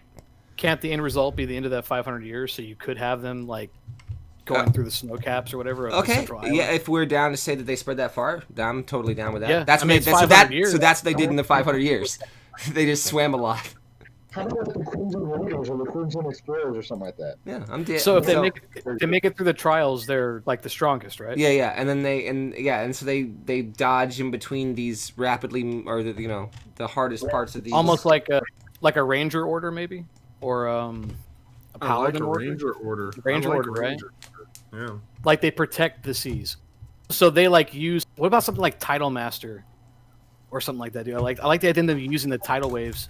Yeah, like they use them. They've learned how to use them to help their movement. Help their movement, help them fight, help them hide, like almost like a ranger's favored terrain, or Yeah. I like that Tidal Master dude or something. I like that idea of Tidal Lord. Title Master, Title Lord. Just Tide Lords. Tide Lords. Tide Lords. See, that seems something like they would do. Because if you think about how it started, like I said, it's just a bunch of bros hanging around going, I bet you can't. Dickheads. Yeah, you ain't got the fucking balls to do that. fish. Yeah, you do. And The worst yeah, fish. and so they would be like, yeah, exactly. And so they would definitely be Tide Lords. That fits perfectly. Dude, with for that. real though, salmon would be the most broy of all fish, dude. Definitely. They feel like they'd be kind of broy. Definitely. So, at some point in time, then, do we say that the Saul men? I'm sorry, I can't believe that we hated Hey, it. it's your choice. Dude. Yeah, You're the one I that likes to know. make tasty races. Saul men have come into contact with either these metal gnomes or any of the people in the islands in the southern side since they've actually. Yeah, and the macaw men, and they go, "Oh, we don't feel so ridiculous now." Right? Yeah. Although I do feel like macaw men might be natural predators to Saul Natural men. predators, dude. They eat the shit out of They'd them. be more likely to like metal gnomes and Amazon. Tasty bastards. It feels like it's an inadvertent war waiting to happen. They died for Manhorn. What's Manhorn? Oh, Manhorn. That's hilarious. Yeah, Alright, that was from Twitch. So I'm gonna come in order on these little folk that we call the Dragon's Claw. Because we're going for a more lawful military event, I'm imagining like I don't know, dragon folk samurai. Like their scales have been more hardened. They wear armor, but their scales have become more hardened. Like they are the elite guards. That's what this whole like who have taken on some half draconic qualities, and they clearly revere Rend, who was giving them this help. But we still follow Chroma, but they're elite. Like it's almost like a dual allegiance. Like clearly Chroma is their avatar who was brought them to this, but they also respect Rend, and they want that to be a fellowship. Like clearly, if Rend was to bring dragons to them, their goal would be to probably honestly mate with them and to start creating like a true half dragon race of dragon folk. I mean, of lizard folk. So yeah, the Dragon's Claw is what I think. I like the order. What name are you thinking? Dragon's Claw. You're having mic issues again, but Dragon's Yeah. Claw is what I heard. You want to have the lizard people move towards, have an order created towards trying to move them towards half dragon, like nature. Yeah, we're not coming across very clearly right now, or what's going on? No. Well, you see, when you talk like this in a nice, calm fashion, everything comes good. As soon as you raise loud on yours, even though it doesn't actually get loud on the level, for some reason it begins to get garbled on the microphone. Yeah, you become real hot and start picking everything up. Yeah, like everything in around. Gotcha. I will try to control my volume and speak more clearly. That is perfect. It's just when Actually. you get impassioned that. Yeah, your I know, microphone which fucks is you. I get horrible. so excited. It's such a shame. Yeah, I know. Because when you have that passion, Talking you know, about lizard folk and dragons mixing. It's so excited. It's like that dinosaur erotica going on. Some You just interspecies wait. erotica. Yeah. Oh Lord. All right. So, Son of Pookie. All right, I'm going to create an avatar for the Salmon. He's going to be from that order of Tide Lords. He calls himself the Ocean Master. So he roams the waves of all these oceans, protecting all of the ocean life Bro, I'm the master of all the ocean, bro. He can also communicate with all of the ocean life, i.e., Aquaman, Like Aquaman. But less like lame. Aquaman, Aquafish. Because he's actually a fish man instead of just a man wishing he was a fish. Ocean Master. I know that's copyrighted, but What's I don't give a fuck. who by G.I. Spell Joe? Master with a Z. Is it like a He's a DC supervillain. I was going to He's say a G.I. Aquaman's Joe, a brother. G.I. Joe character. No, he's a DC character. He's an Atlantean. Also, it's DC's fault for having a lame ass Alright. name like Ocean Master. Ocean Master. So we're over into the I'm command pretty sure that's phase probably the now. name of a sea-doo as well. Definitely the name of a jet ski, dude. And I You're think right. that the Yeah. Slod. He's taking 2. The Slod are Hornets going taking 2, to in the city of Trax. They're going to build a amplifying pylon at the beating heart of the primordial dragon, with the intention of spreading their chaotic taint further. And now we're gonna bring in Taint. You know what you're dealing with here, Steve, and you wanted to walk into that. We got Liquor of It's the glorious Faces in the spot of Twitch all. audience. You think that's not gonna get picked up? Yep, sure is. Although they die from Manhorn is probably the funniest. Like, I'm seriously busting out laughing. That's what he responded with on Twitch. He was like, "They die from Manhorn. That's the delicacy. Manhorn, Taint, and Jailhouse wallets."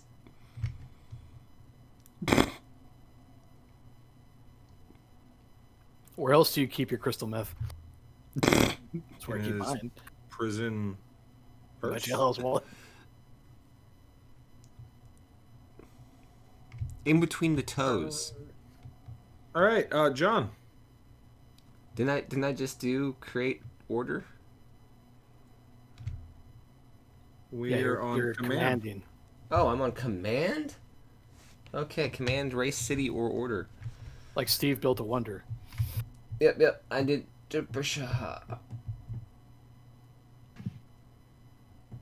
I mean, Hmm. Bull Critter Steve. As Sorry. opposed to Steve. Good. BCC Steve. Not to be confused with BBC Steve. Different guy altogether, I'm assuming. Oh, we would assume, but we don't know for sure. Yeah, exactly. Only a few people know that for sure. I mean, people who love. What's that game that they played? Where we got the kill Command. streak? He knows what I'm talking about. Oh, Steve's got a hell of a kill streak. Let me Hell tell you of a right now. Overwatch. That's it. That's his Overwatch handle, BBC Steve. Alrighty.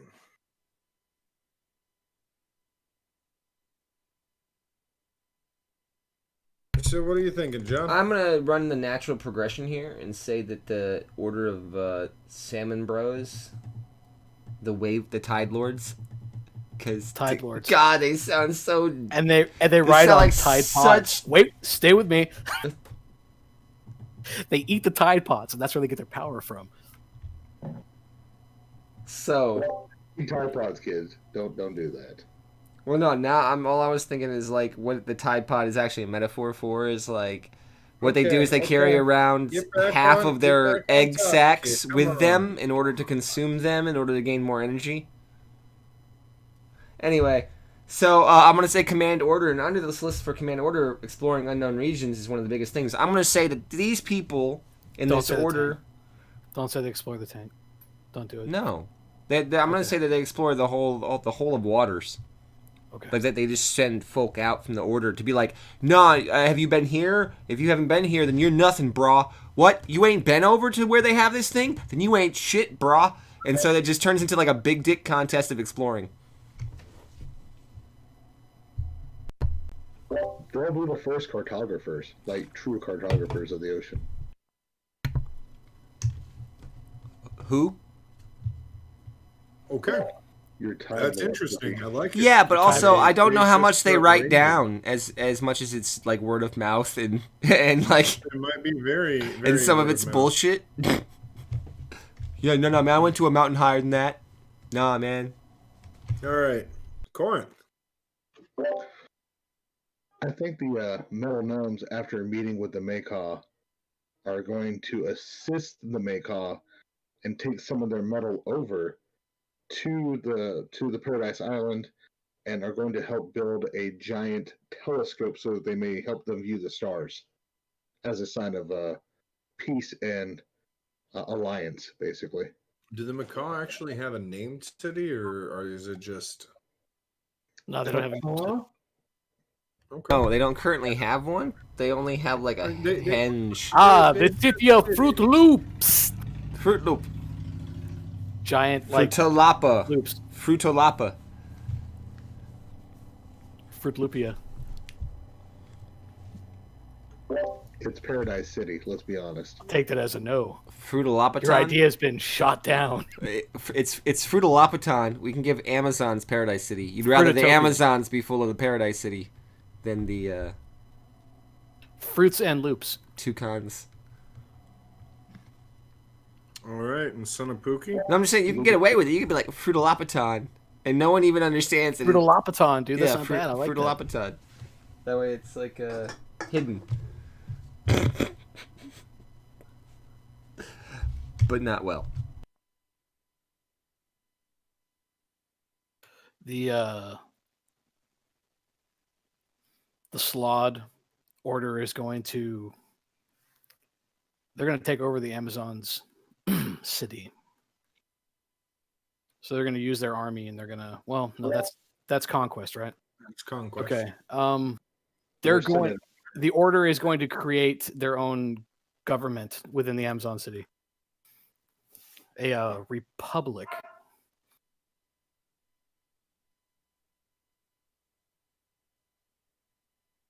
Does that make sense?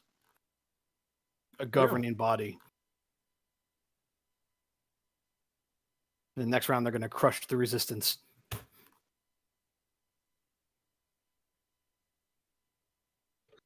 Viva la France. All right, conquest. Given that there's only one group that has an army,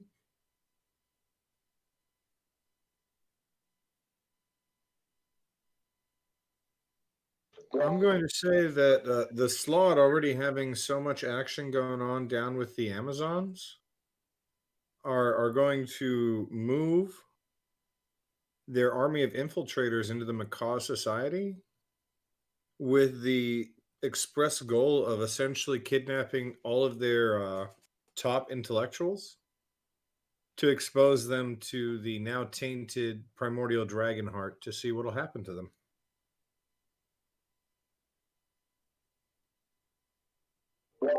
Unexpected effects will be happening. I already started thinking about like how fucked up you can make a bird look. Like just make it look like it has mange. There you go. There's your chaos bird. Actually, I was thinking more along the lines of like what the ancestors of like ostriches and stuff are like, these giant carnivorous birds. Yeah, but I mean a lot of patchiness with the feathers, mostly scale stuffs. John? Or maybe it turns them into dinosaurs. On Conquest? We're on Conquest? Yep. Yep. There are no other armies. What you wish me to do, sir?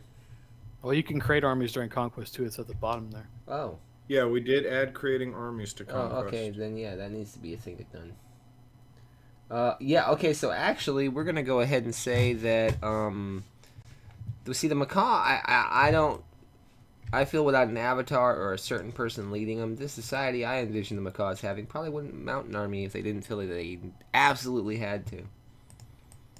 And since, nobody has openly combated anything yet, I'm going to go ahead and say that the mentality of these Tide Lords up here, though, seem to be one of, like, a bullish nature.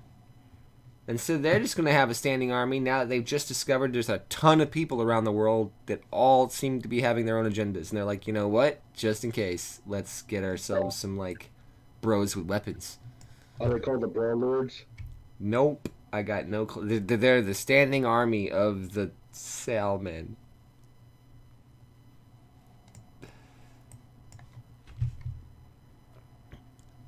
This, You- I got it. I got it. The Salarmi. Yes. That's great. Yeah, I can't even hate that's- on that. That's so awful. It's perfect. Salarmi. Can't wait No, for no, the it's kill. just the Salmon Man army. It's just they have an army. No, the Salarmi is that's the Salarmi now. It will always be the Salarmi. All right, Corin. Well, clearly, since we have all these elite fighters and stuff, the lizard folk clearly need an army, as they are clearing the way east and taking over territory amongst all the other scattered races that have not formed an actual city yet. So yeah, they're going to establish a dominance in that entire section. So that's what they're doing. Claim territory, create army. Okay. And Son of Pookie. All right, so the Slot are going to quell the native Amazons by killing every male they can find and keeping the women, turning them into their not slave caste, but they're like their shock troopers. So they form an army of Amazonian shock troopers? Yep. Women, and they kill the men. I guess we'll have to discuss this in the resolution phase, but how are the Amazons going to breed after this? Like more humans? With the Slot.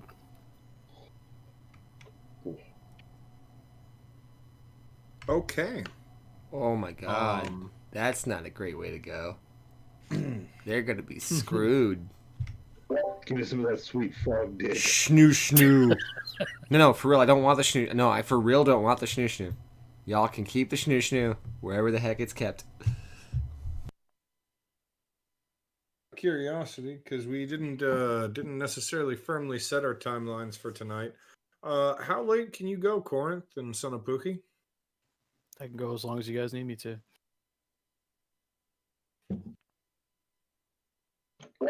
Generally, I'm good with about 11:30. That's fine. I like not to push too far past that. 7 Okay, in the morning. that's good to know. We're about to go into the events phase, but we've been doing this for a little bit now. It's a good time for everyone to get up, stretch their legs, get some water. For those of you guys out there watching us, the suggestion would be stretch your legs, get some water, stay hydrated. We'll be back in about 5 minutes, all right? Dope beans. See you guys soon. Juicy Salarmi. The salami thing was hilarious. Salarmi, dude. Are we still live? I'll take us No? to Yes. the intro. I'll take us to the intro. So you guys at home, you'll see just a holding screen, and we'll be back in 5. Thank you very much.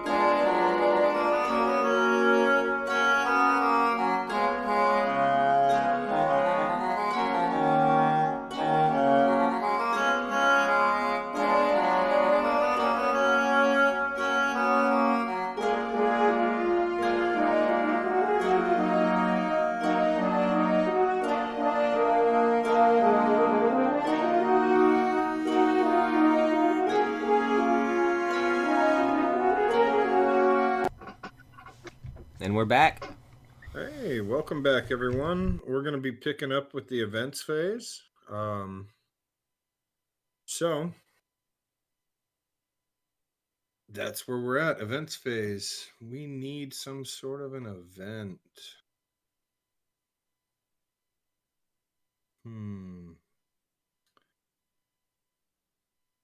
I think that the event I'm throwing out there is the Slod's amplification of their chaotic abilities is beginning to create like mega ocean creatures, like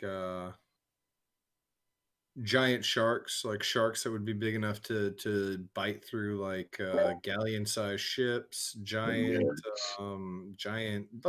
sea life, but like chaotic, not normal looking. Kaijus. Yeah, almost like like mini In kaijus. kaijus. Hell yes.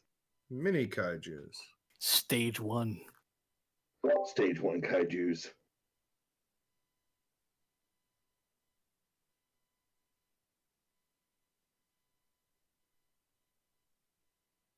So that's the event I'm throwing out there.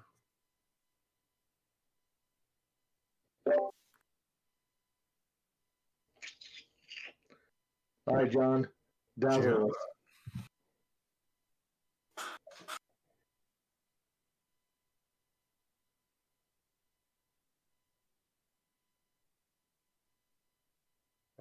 You might be muted, John. I think you're muted. I am muted. OBS. muted. My Nice. I think my OBS runs the mic different. I don't run my mic off your Discord because I wouldn't get my mic input. So I mute mine in between speaking, as well as the button press for Discord. It's nice and fun.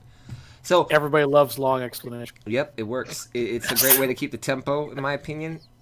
So these islands that are flying by in the center here, Yeah. you know, I'm gonna go ahead and say that along this one here, along the side, and I'm gonna draw on the map here in like a nice little neon color on the sides of the mountain here, where we have this cold frost dragon progenitor.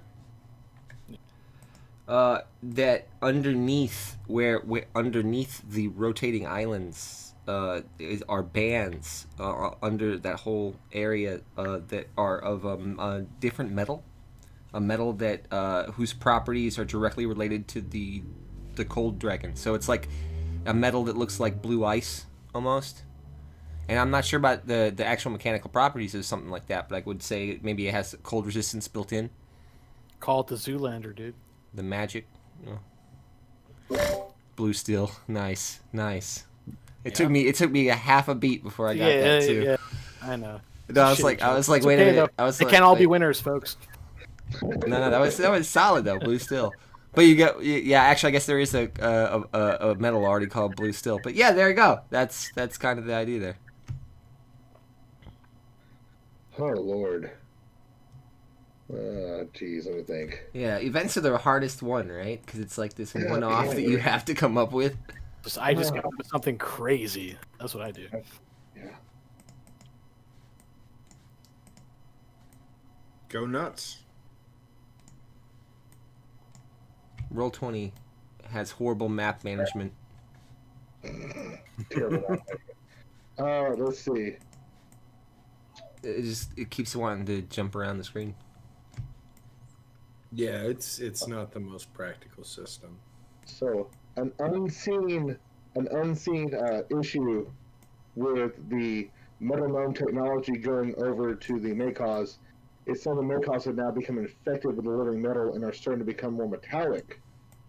And that will actually cause the ones who get infected to actually be moderately immune to the slot infestation because they can't be like there's nothing to like really change in them anymore. Like Archangel, Just like a subsect.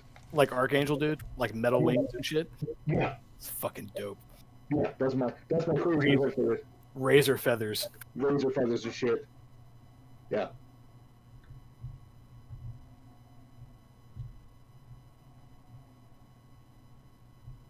Interesting.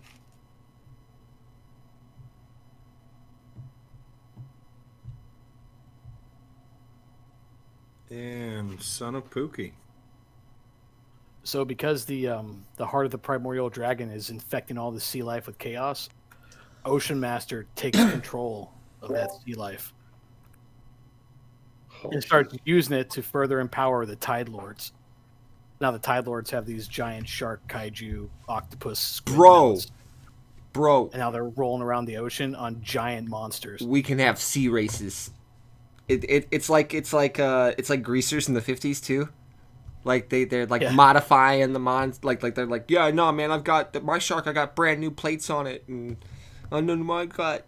So now the Tide Lords have like a hierarchy. Like you don't get a mount until you become further in the order. So the people with the mounts are like the most experienced and the most explorers. and the most kaiju like Yeah, like prestige mounts flag. are for the highest ranking officials.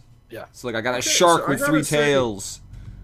Surprisingly, we rolled through this events phase really quick, but it's a lot of interesting stuff. The resolution phase is going to be crazy.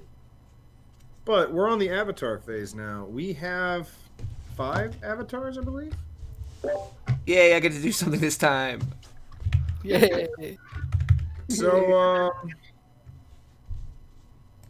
John, which avatar would you like to roll for? Trax, Ren, Chroma, Ocean Master, or Kuzis?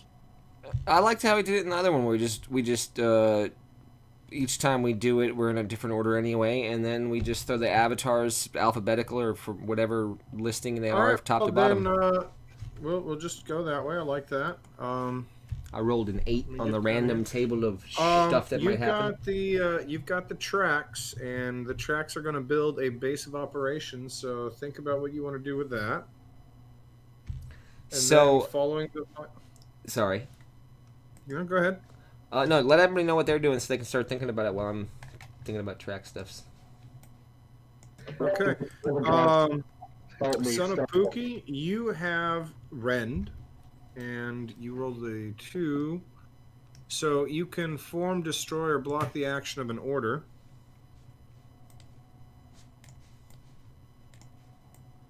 And All right, she's gonna. One Go ahead. second. Oh yeah. Corinth, Oh no, I got. you got a chroma. A chroma with a 6, so you form an alliance with another avatar, hinder another avatar, capture another avatar, or kill an avatar. Okay, so with this lad thing, the first question I'm gonna have is: it says that you can build a base of operations outside of a city. So that would be like just like a military base of operations. What effect would that have? A personal base historically? of operations, a temple, a floating island. I mean, What orders exist It's a inside base- of the slads? You got that infiltrator. Is that an order itself? That's the order. Yeah. That's the only one. Okay, so then I'm gonna go ahead and say that that order, the infiltration order, actually builds like a base of operations in between where the Macaw and the Amazon civilization are. That How about- will. What's your idea? Remember, there's a canyon that runs through all these islands in the middle there. That black line I made. What if they build it like in that canyon? Yeah, there you go. In that That's pit. perfect. I forgot because I didn't even have that guy up. Yeah. So they can build it right across that line on the island there, and that's so it's somewhere around like oh, sorry, I don't have my arrow. Somewhere around where that blue dot is.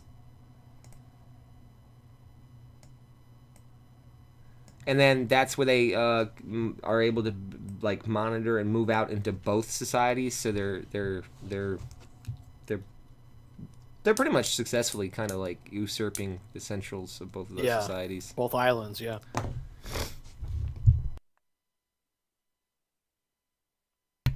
And then I'll pass it on to Son of Pookie then.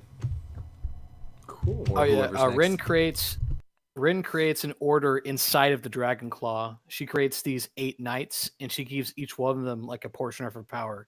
So each one of these special lizard men have like a one's acid, one's flame, one's ice, one's the crystal, the amethyst. They all have like a different power or like a piece of her. So she like fully commits to this alliance and gives part of herself to each one of these things. They're not And- avatars, I guess. They're like, I don't know, knights or Well, I was gonna say that like tenants. I know we have a random roll for Path to Ascension, but I really kind of feel like that it would definitely give you like the first stage to a Path to Ascension, right? That's something we usually talk about in the Sorry. the Yeah, resolution. yeah, No, my you're bad. good. No, it's not that I'm trying. Oh no, I get I'm it. just trying to- trying to say You're right. I'm not creating 8 avatars. I want to make that clear. I'm just creating these 8 special people. I don't know what you want to call them because it could be a bloodline, right? They're in order, basically. Yeah. So, or I guess you could call them a bloodline within the order. Maybe that makes more Yeah. sense. So they're just called the 8. A suborder, right? Yeah, and their job is to protect her and to protect the 2 avatars that is there 2 avatars? No, there's 1 avatar of the Blizzardmen. Those 2 are like their primary, like they protect them at all costs.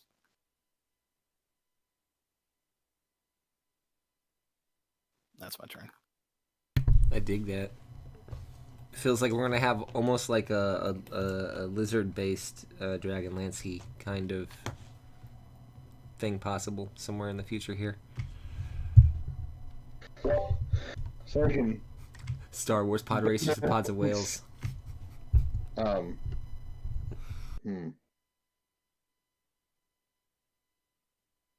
I know he's like a rogue element, but I want to think that, like, because of their alliance to Roma, Aquama is going to wage war on that rogue acidic dragon. I don't know what the resolution of that's going to be, but clearly, if she's blessed them with that kind of power, and I know he's like technically like an avatar on his own, like that's what I see. I see them like trying to go after that guy, and if they can't kill him, they just want to get him the hell off the plane because it's an affront to her power.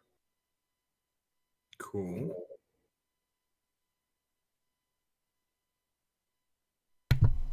I kind of like that. And then what? Because it starts making me ask questions like, what happens to the egotistical, narcissistic, acidic oozes who think they will one day become a large dragon when the dragon leaves? Well, clearly they're gonna fight. During the resolution, there's gonna be a battle, a giant fucking. Yeah, it's gonna be ugly. All right. No, I just imagine Martin Luther, the have acidic ooze. I have a personal calamity for Kuzis, the acidic ooze. I think in trying to figure out how to bring his race to their true form that he believes is their true form, he actually attempts to directly engage with that dragon. And in the process, actually gets consumed by the dragon. That's a dope way for the Avatar to go out. Oh shit, that's pretty badass. Hilarious. He's like, grant me your power. In a super public function, or is it like private? Like he had to go. It's a giant ceremony. Yeah, and yeah. They're all there watching. It's either because it's either a giant ceremony or it's like he just went through like hard travels and horrible challenges to get there just to get eaten. It's gotta be a giant, very public. That brings us back to John and Ocean Master. The dragon put on a giant straw just sucks him up. There we go. I just rolled. Ocean Master is going to form, destroy, or block the action of an order. Form, destroy, or block the action of another order.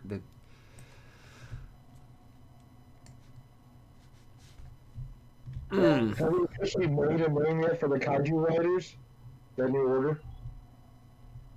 Yeah, we just started saying that they had like was that an order that you created, Son of Pookie? No, well, Actually, right? We created an order of like for the racer explorer folk, Just- but it the just gave kaiju them- riders.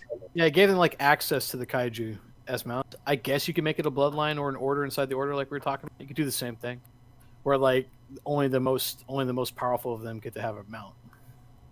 Yeah, because maybe they wouldn't be like the explorers. They'd be like the elite guards of the ocean. Actually, I was gonna say Yeah. I want to go a different direction with it, right? So what I was gonna Right. say is, so here's my idea.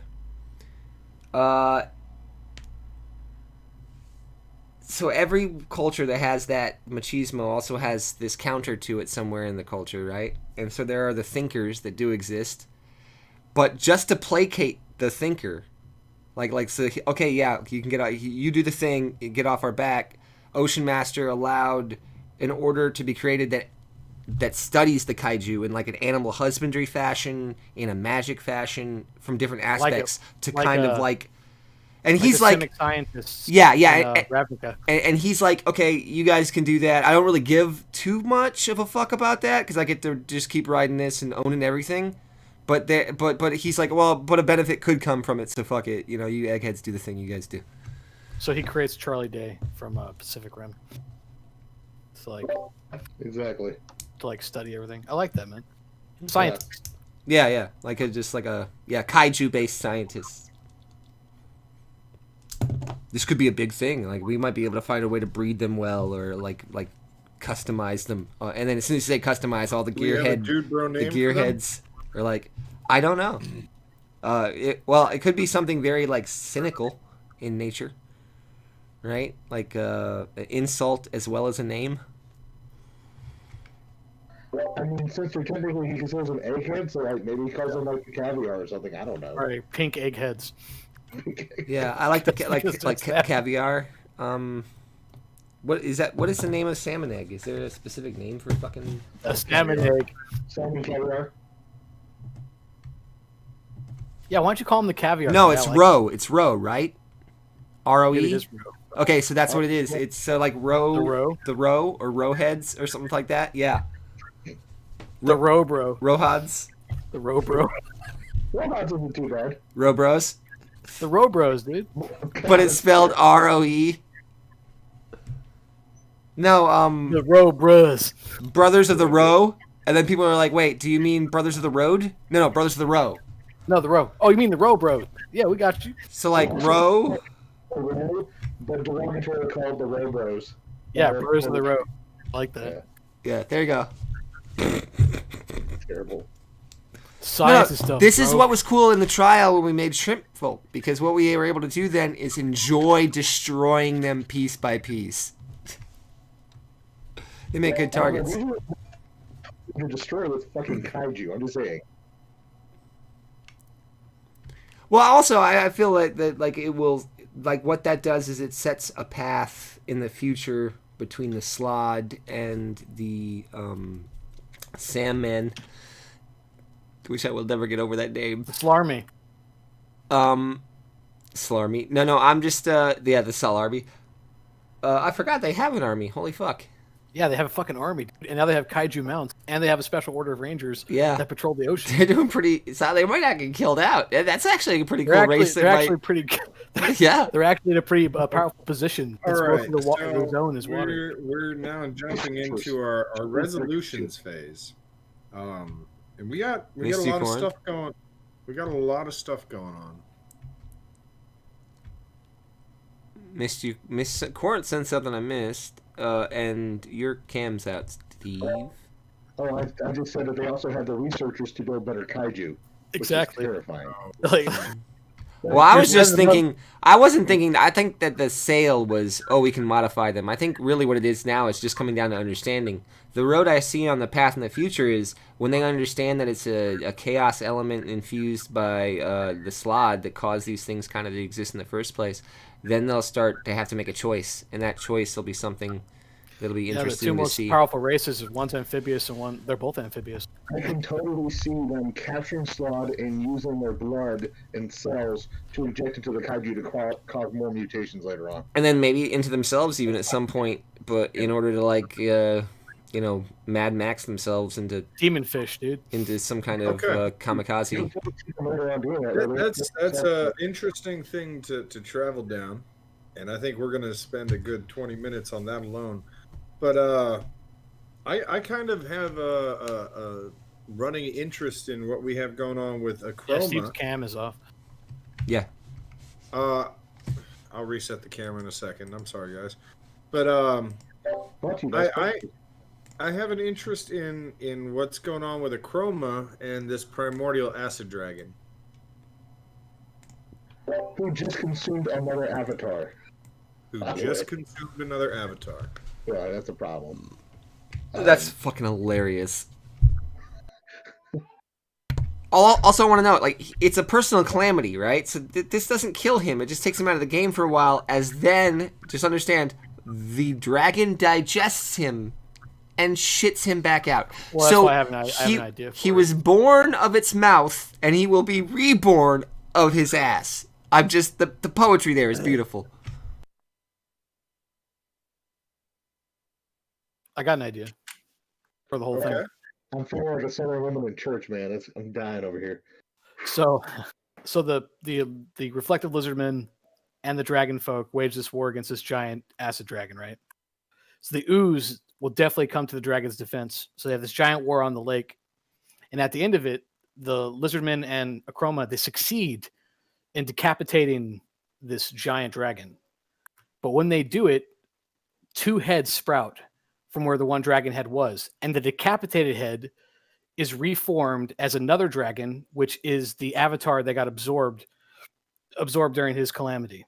So now he's another version of a black dragon, maybe with more acid-based powers, or maybe he's not even black. Maybe he's literally like a dragon made of acid.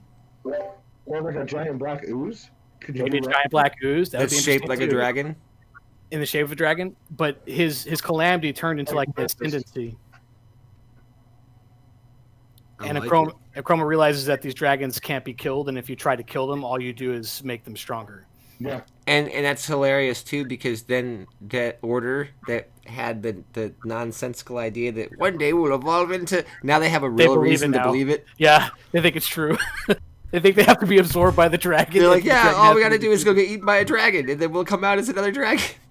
And so, like, you can just imagine the dragons in the future. Like, we gotta find out how. I like the idea of the black ooze though, because it's like the reverse. So it's like a black. It's black acid, but it takes the shape of a dragon. Maybe is that like necrotic? That's how he decides to look. Yeah. I mean, yeah. It could. To me, it would be almost like an amorphous being. Like, you could choose to take a harder form, but it doesn't have to. Yeah. Is that necrotic? Like it's black, like dark energy, or what is a? We could say it's necrotic. Or is it acid? I'm Remember just how they wondering, used to like, have the half difference acid, between half the two. necrotic damage, or half. It could be like a half creature. There's death energy, like, it was kind of consumed, so you have death energy as well. I would see a necrotic acidic like combination, which is terrifying in its own way.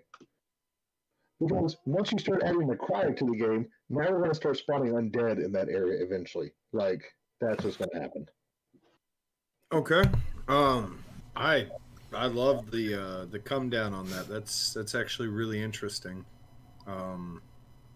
That's really interesting. Okay.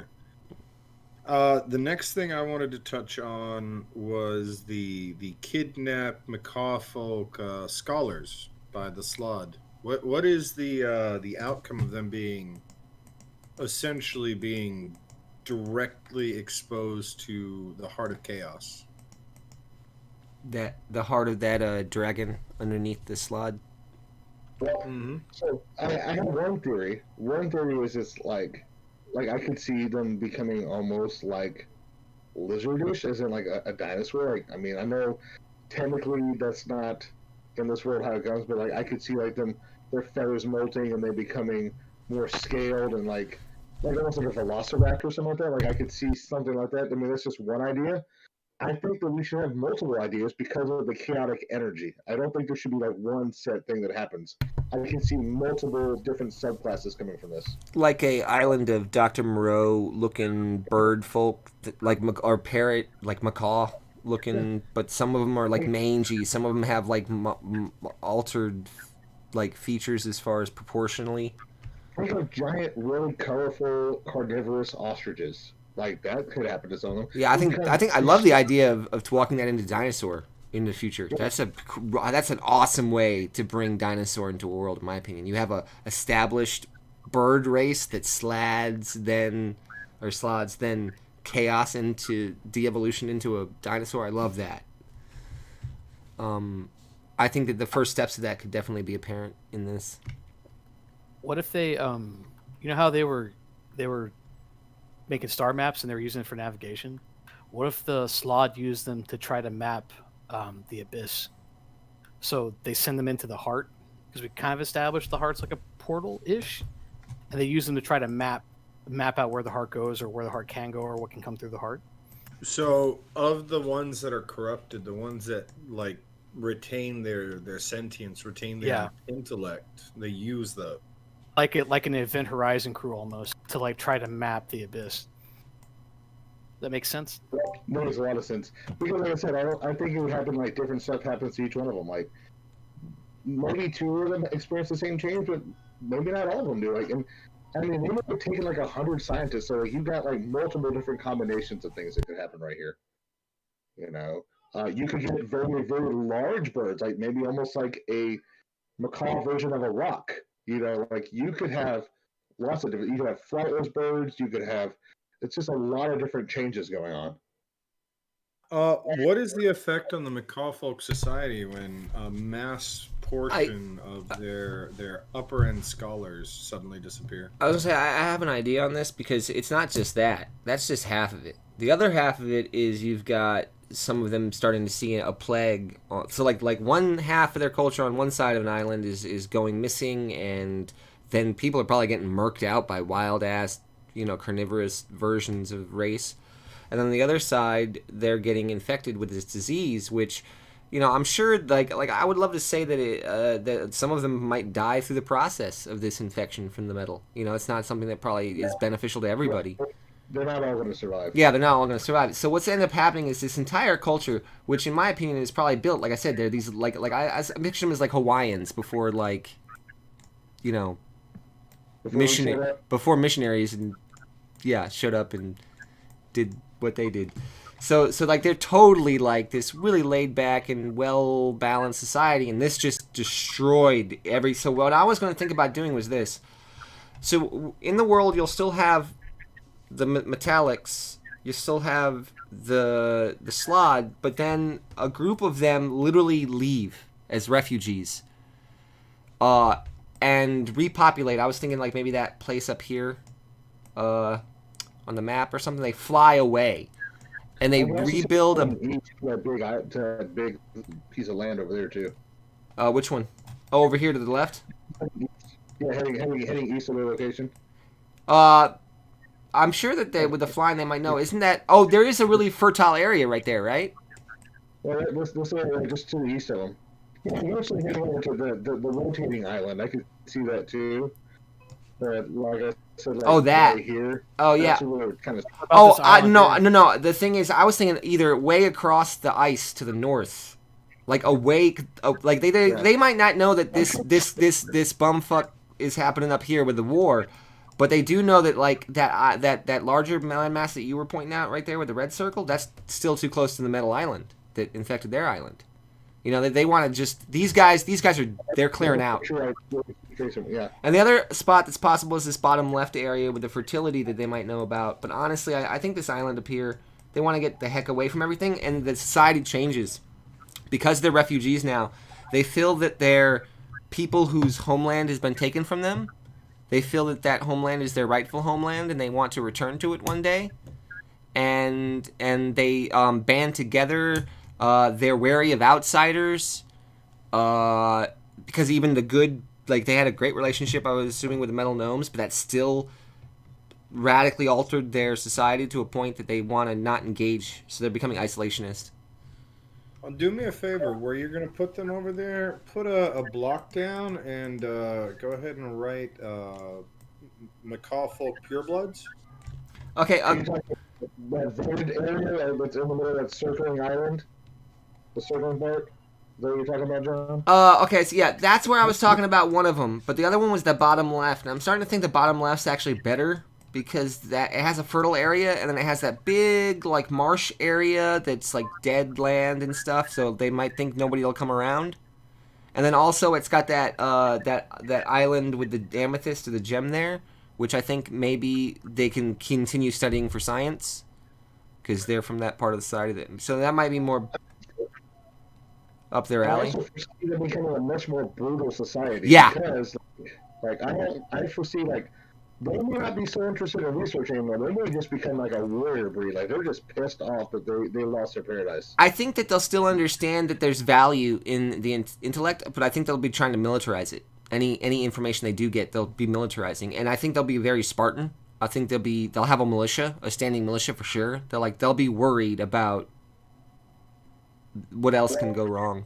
The question is do they accept the metal folks with them, or do they completely cut themselves off in that group? Yeah, I think. I think they might cut them more, especially if they see him riding kaiju's and stuff. I think they're gonna just go over here. I'm talking about the metal makos, like the ones who become infected with like the metal. The ones that survive, I mean, I think it's so early in the process. Do you think they have time to realize that, or do you think they're going to separate themselves before they realize that those aren't necessarily bad things? I think that the death that came with it is like, fuck, we got to go kind of thing. Yeah, so like, we should probably move the Mako and call them like the True Bloods. Yeah. The ones that are not affected. Pure bloods, true bloods, something like that. Yeah. Okay, I'm going to put them over here in the bottom left. That way they're far away from everybody. It just makes more sense from the isolationist point of view. Yeah, which is gonna be great when that portal opens up and some more bullshit comes out, and they're like, "Oh fuck." All right. How do the metal gnomes feel about the fact that accidentally they infected the macaw folk? Well, I'm sure they're not as bothered as they should be. They're probably more like, hey, apparently this has properties you were unaware of, So I don't think they're going to experiment on people, but they're not as upset as they should be. And they'll probably take their star, since the Maycloth's completely removed, they'll probably take their technology back, all the star stuff, and maybe start working on astronomy or something like that. Well, the metal infected macaws, I imagine, are still on the island, and or they're probably pretty close with the metal gnomes now. Yeah. But everybody else, yeah. I don't even know. Do you think the gnomes, they recognize how big of a change just happened? And do they know about the slod being part of it? I don't think they have a clue. Honestly, the slots have been really, really good about keeping their head, which is impressive for as chaotic as they are. They've been really good at keeping their heads down, honestly.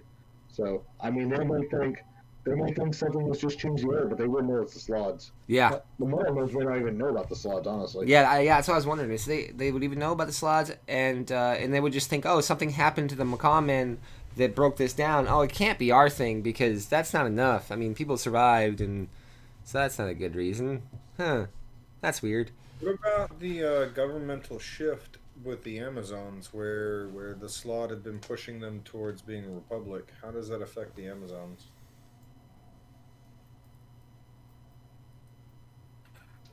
They used they could control, so they could, do a little genocide that they did. So I don't know if they really consider them part of. I don't know if they really exist anymore, dude. Having issues with connection. Soldiers. Like, I guess maybe part of them rebel or seek asylum. The only other race they have contact with just went through their own minor, massive calamity of two different groups. Is that a possibility that maybe they took some cause they've been on the island for 1,000 years now together peacefully. The Amazonians and them were peaceful beforehand, I'm assuming, right? So maybe in the heat of their own personal calamity, do you think they really would have grabbed a bunch of non-flyers to fly halfway around the world? It depends on how close they were relationship-wise. I don't know if they would have been, honestly. Especially with how isolationist they just turned. Especially when becoming isolationists, they're probably just like, it's just our race and screw everyone else. Yeah, we save ourselves so that we can save others later, maybe. But right now, we save ourselves. And Son of Pookie dropped, and we've moved around. So anybody who's watching, our names are not our names. Except for Corinth. Corinth didn't move. That's right. I'm now Son of Pookie, and Steve is now John.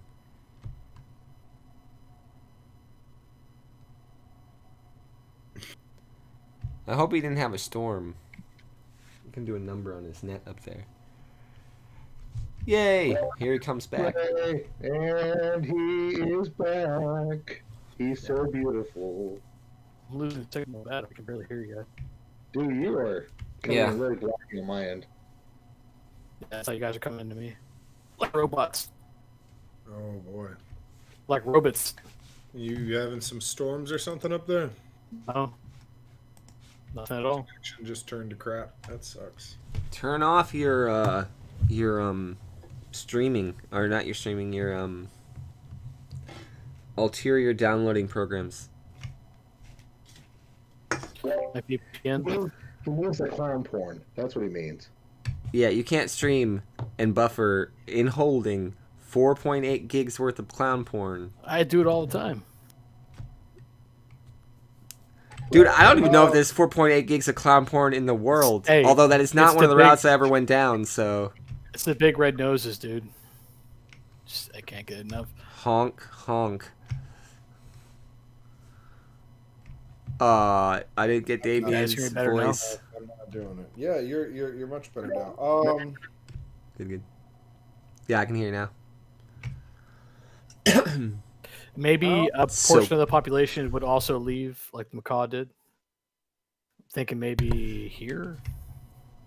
Do you think they could get across to that island to the north that I was thinking about for the macaw? Sure, the it's only reason 500 I'm years. the only reason I'm suggesting is because remember we talked about how like in between all those small land masses there were a bunch of vines and the water moved up and down and it seems very jungly. I don't know how Amazon folk how focused they are on that. There's also a forest on the right in the middle near to the metal gnomes.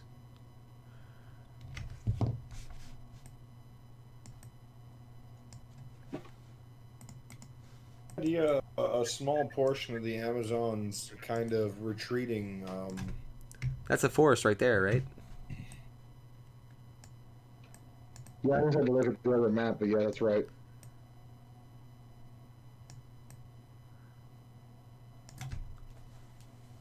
So I Yeah, think so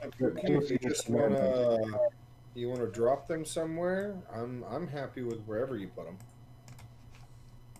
I kind of want him on this island here. I kind of like that idea. Amazonian island. It is funny that the Slav by happenstance of their very aggressive actions turned Paradise Island into an abandoned landmass. Yeah. While you guys are working on moving the Amazons, I'm curious how Rend and Akroma feel about the turn of events with the dragon kill. I mean, Attempted kill. I would say it's very, very displeasing to know that you've basically encountered a stalemate. That's what I would say. Very Like- disheartening. It was a victory, but it wasn't really a victory. No. No, because then you have this giant black fucking ooze. It's a whole other problem. Also on this resolution, what is this double-headed dragon? Is it like what is that's the original dragon? So like in sentience Yeah. and understanding and everything. So like it knows the group of people that just came and tried to cut its head off. Oh, yeah. Oh yeah. But it also knows, like, hey, if you come after me again, I'll just go under their head. So I'm just going to stay here in this damn lava now. I mean, it was acid, and just not worry about it. What about Kuzis? I think that he would whatever. One step to ascension, right? Yeah. For sure. Yeah, he's gonna be the rival to Jubilex. I think the Ooze Demon Lord. Eventually, he's gonna be a clear rival to that guy. He's just by proxy taking the first step down his path. He got himself eaten, but I think he claims this crater city here as like his domain, like the center, like right here. makes sense. Oh yeah, definitely. He's like, this is my house. Find the dark ooze. Which could eventually start changing some of those other ones. Like, they may take on some more of his properties, and like I said, with the necrotic aspect, you're looking at possible undead too, eventually.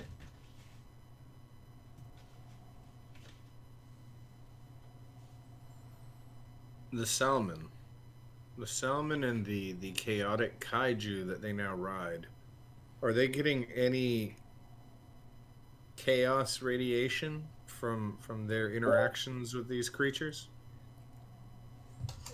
Are we getting more muscles? They could even broier, dude. They start looking like Machamp and Machoke and Machamp from Pokemon. Just veins popping out of all their throat, necks, and everything. I think, given the nature of the stuff tainting the creatures, it wouldn't just be one mutation. No, it'd be like the Sandmen now also have one arm that's a fucking like fish claw, or like a, you know what I mean? Like. So very specifically, the members of the order that ride.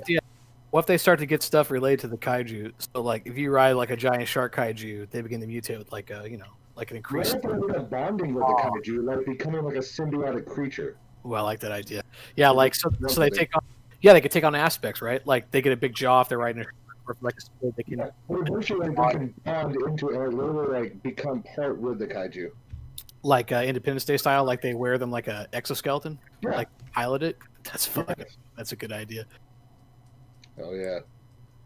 So they use the kaiju like a vehicle. So like they ride inside of it, dude. That's fucking awesome. So are we saying then that the Charlie Day type rowhead characters are like, so they notice the first mutations and then they're like, like of course the machismo people would have to be like, no, there's not a problem, man. No, it's fine.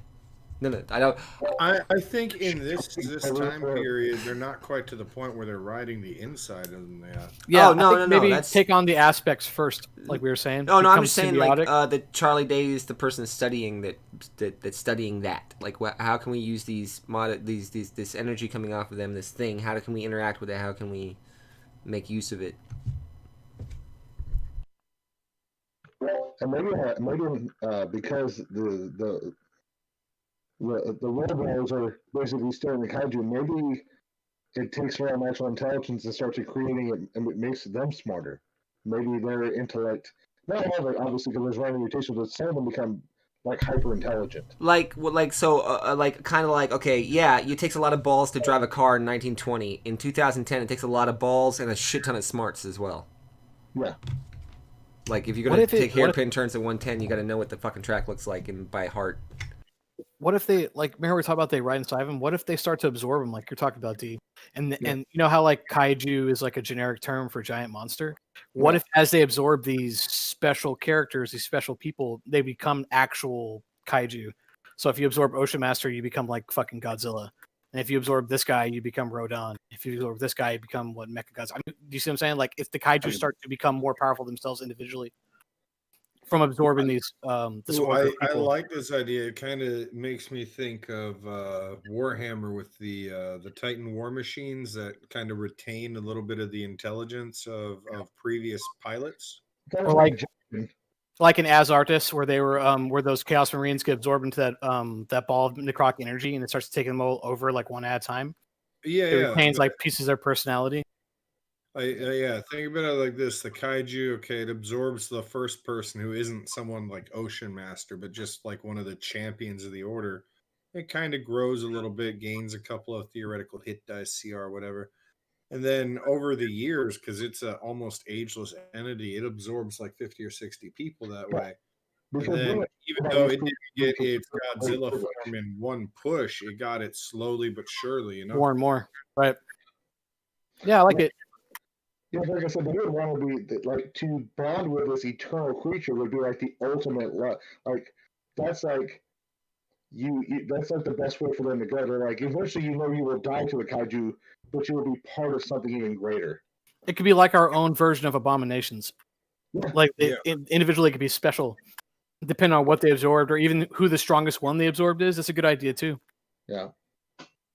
Like the one that absorbs Ocean Master is going to be more powerful because he has powers already, right? So I'm just saying that sea travel in this game, while amazing, is going to be terrifying. Yeah, we're going to have Leviathans basically all over the fucking place. It's going to be like different versions of them. It's going to be quite an interesting sea campaign, or like if you want to play. Oh, we want to play pirates, and you do. Okay. Oh, do you now?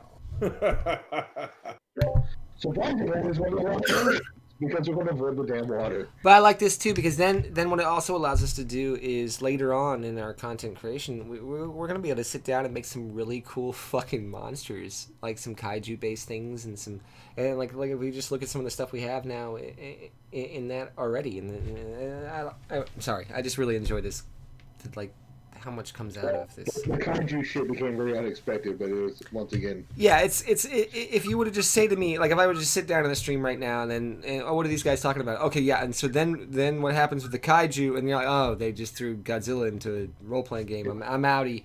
But if you actually watch the process of how it came to be, you're like, oh wow, that actually came from this idea all the way through this Some fucking fish folk. salmon. It's when you mix fish folk with dark evil frogs. You get kaiju. She gets really bad. Yeah, okay. So, other things to talk about. The Salmon found some interesting metal. Are we doing anything with that right now? I think that they're just a bit too focused on racing, and the scientists are preoccupied trying to figure out what this chaos energy is and what the kaiju are, why they are. I mean, I'm sure some of it was brought back to the Yeah, railroad, it's been Right. discovered. but we may not be playing with it nearly as much right now because, yeah, we're too busy going. We are standing on the edge of like a serious evolution. Yeah, we have great understanding is coming our way. Yeah, I'm assuming when Akroma went to engage the primordial dragon, he took some of the 8, all of the 8 with him? Yes? Definitely agreed. Oh yeah, absolutely. Did any of the 8 fall in that battle?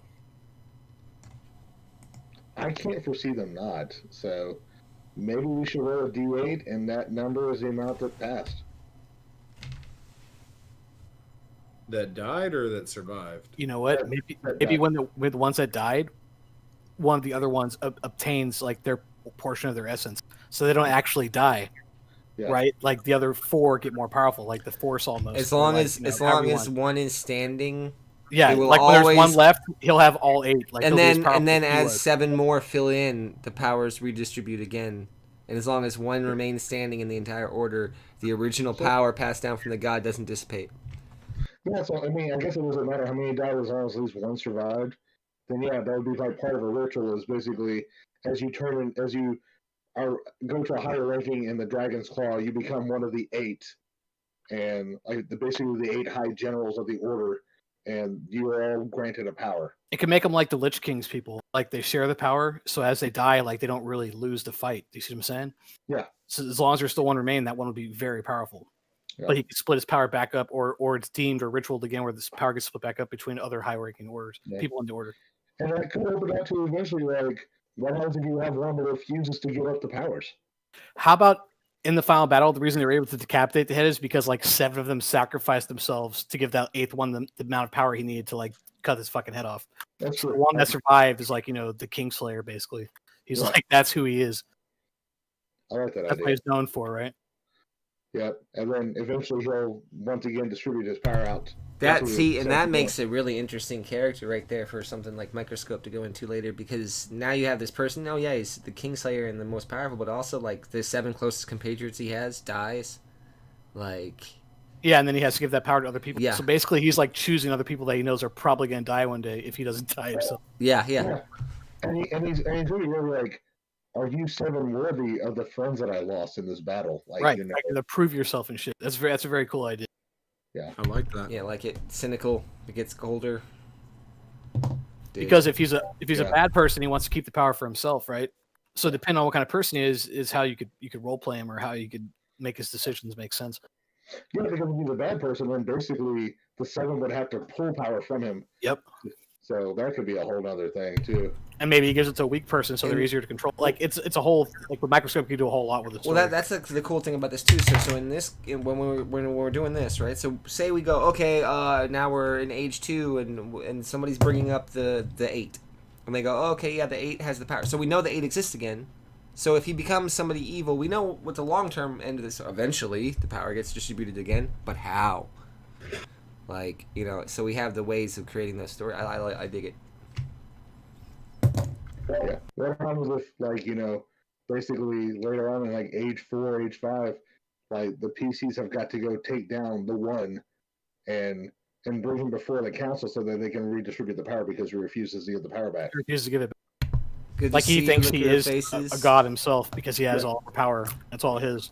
Good to see you, Liquor Faces. It's a cool Glad idea. you checked in. Have a good day at work. Have a good one, buddy.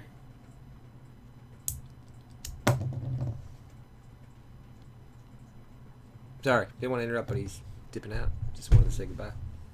Have a All good one. right. We got other people on our Twitch stream. It's the only problem is I can't comment. Well, I can only view. my computer can only take so much. So It only has one core. that's one call. Just thinking back over the things that we did in this round, is there anything else anyone wants to touch on? Did the Coatl do anything? I know we didn't touch on them, but is there anything you want to add? Like, I have this idea that maybe they observed this entire 500 years. Like, they sat up in the clouds and they watched all of this happen. Yeah, I can see them building a city in the clouds, like a cloud Yeah, city. like watchers, right? Like, they're like, oh, they did this. Oh, these people did this. Do we have Like, I like any, the idea of them maybe knowing everything that happened. do we Yeah. do we have any specific understanding of what the motivation behind either the slot or them coming here is exactly, or is that just? I feel like really it's rounded balanced, out? maybe. I mean, I feel like it's definitely balanced, right? Like, they came out this round because the slot came out last round. So, I think, yeah, the Slod came out to do what Slod do, which is just expand the chaos, and Chaos. by proxy of their existence, the So they're Koalas like showed up. interplanar cops that have shown up and be like, let's make sure this doesn't get out of hand over here. As kaiju, dragon acid. When I think of international police, I think of like the Mechanist. Like honestly, that to me is like the biggest. Like the Inevitables. I was gonna say, I don't see them like cops. I see them like watchers in Marvel, like Well- the people who watch the story. Well, the like, thing who- that we all have to admit that this world is very chaotic before the slot even showed up. So Yeah. what do they think about when they show up and they find it's that chaotic of a world to begin with? I mean, I'm not all up on celestial policy. A perfect breeding ground to expand their hold on the multiverse. The Quaddles. Oh, sorry. I thought you were asking about the Slod. Well, I think the Uh, Koalas are just trying to ensure that I mean they're right now they're playing the observation role, but from my understanding, especially since the Quaddle follow a dual paradigm deity, they seek to maintain balance. Right now, this place is completely out of balance. They're going to probably start not direct intervention, but probably look into ways to put Poke. some of the other races that would counteract the chaos. So, like the lizard folk, given that they are making these strides towards civilized, lawful kind of existence, they might start seeding magic or artifacts or events Gotcha. Okay, so into place. so right for now the, they're watching and Yeah, observing and they- collecting. the metal gnomes are basically immune to the Slod infestation. They could definitely start like doing something with that as well. They're a lot like dragons too. I wanted to check if they had infection, but they can change shape into other creatures too. So they do a lot of like watching and deciding things before they act. They're lawful good by nature too. And So so they're like pretty much the exact opposite of the Slod. so they might monitor a civilization for a while, but place Yeah, they could somebody be- into a position of power to direct them in a Right. certain direction. They could already have infiltrated any of these because they can change their shape. So they could be there now. Like they could be with the Slod now, technically speaking, and just watching. That's why I think they would do this round. I think that makes sense why we didn't do anything with them, because they decided just to watch, like Steve said, to observe. Yeah, they're just observing. Now next round they'll probably get in the shit, right? You know, with whatever other race shows up. okay, that's the Koala. Yeah, Okay, I know. that shows up. Now we did touch on the ooze people's avatar, but what about the people themselves? They're trying to get ate by whatever dragon can eat them fast enough. They're diving the dragon mouse all over the place, dude. So there is a mass depopulation Uh, of acidic ooze as they all try to If you got emulate scales their and wings, I'm trying to get you to eat me as soon as possible. And the least intelligent ones accidentally go mistake kaiju that they find in the waters Yeah. for dragons, and they're like, "Oh, that'll work. That'll eat me. Eat me. I want to become a dragon." Just because you're sentient doesn't mean you're smart. Yeah, Exactly. So dumbass ooze is going to eat me. That's a dragon, right? Yeah, Bill, that's a dragon for sure. It's got a mouth. It's big. How do y'all I wanna feel eat acid, about, almost like a mass exodus of acidic oozes Don't get in my mouth. spreading? No, so you have a mass exodus of these acidic oozes trying to get eaten by other draconic-esque creatures. So they're kind of roaming the world trying to get eaten right now. At least part of them, I'd say, yeah, right? The true believers. Like the I mean, a lot of them probably tried to get eaten by the primordial dragon, and when they see that's not working, they start trying to find other dragons. Some of them are probably trying to find Ren, so Ren eats them. Yeah, definitely. So then will we say that acid lake there starts like lowering in its or like how do these things populate? You figure like Yeah, they're just I don't think it lowers at all. Yeah, the dragon yeah. keeps filling it up. well not just that. Did they breed? Yeah, I mean they're a sentient race of creatures. I think they The just split. split at some point, and, Yeah. and But that doesn't one increase becomes mass two, or volume. becomes 4 becomes 6 becomes well as they consume stuff they increase Yeah. in mass. So they're Split. like they're dragging the stuff on the edges of this thing all up in their stuff. I mean, yeah, one of them is going to be pretty clear because, like it's a giant deforestation. Like everything around, like this, Yeah. they're just sort of like eating everything as they go around. Yeah, I remember this whole beach is made of glass too. Steve made this giant glass beach, Yeah, the entire beach is glass.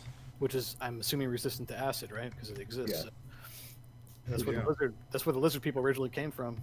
Freaking kaijus are just like, hey, what's up? Look at these snacks just rolling into the ocean for me. Num num num. Man, I'm just wondering what would happen A lot if of we absolute somehow things. expose the heart of chaos to that primordial dragon now. Yeah. Oh boy. What is what he's eating?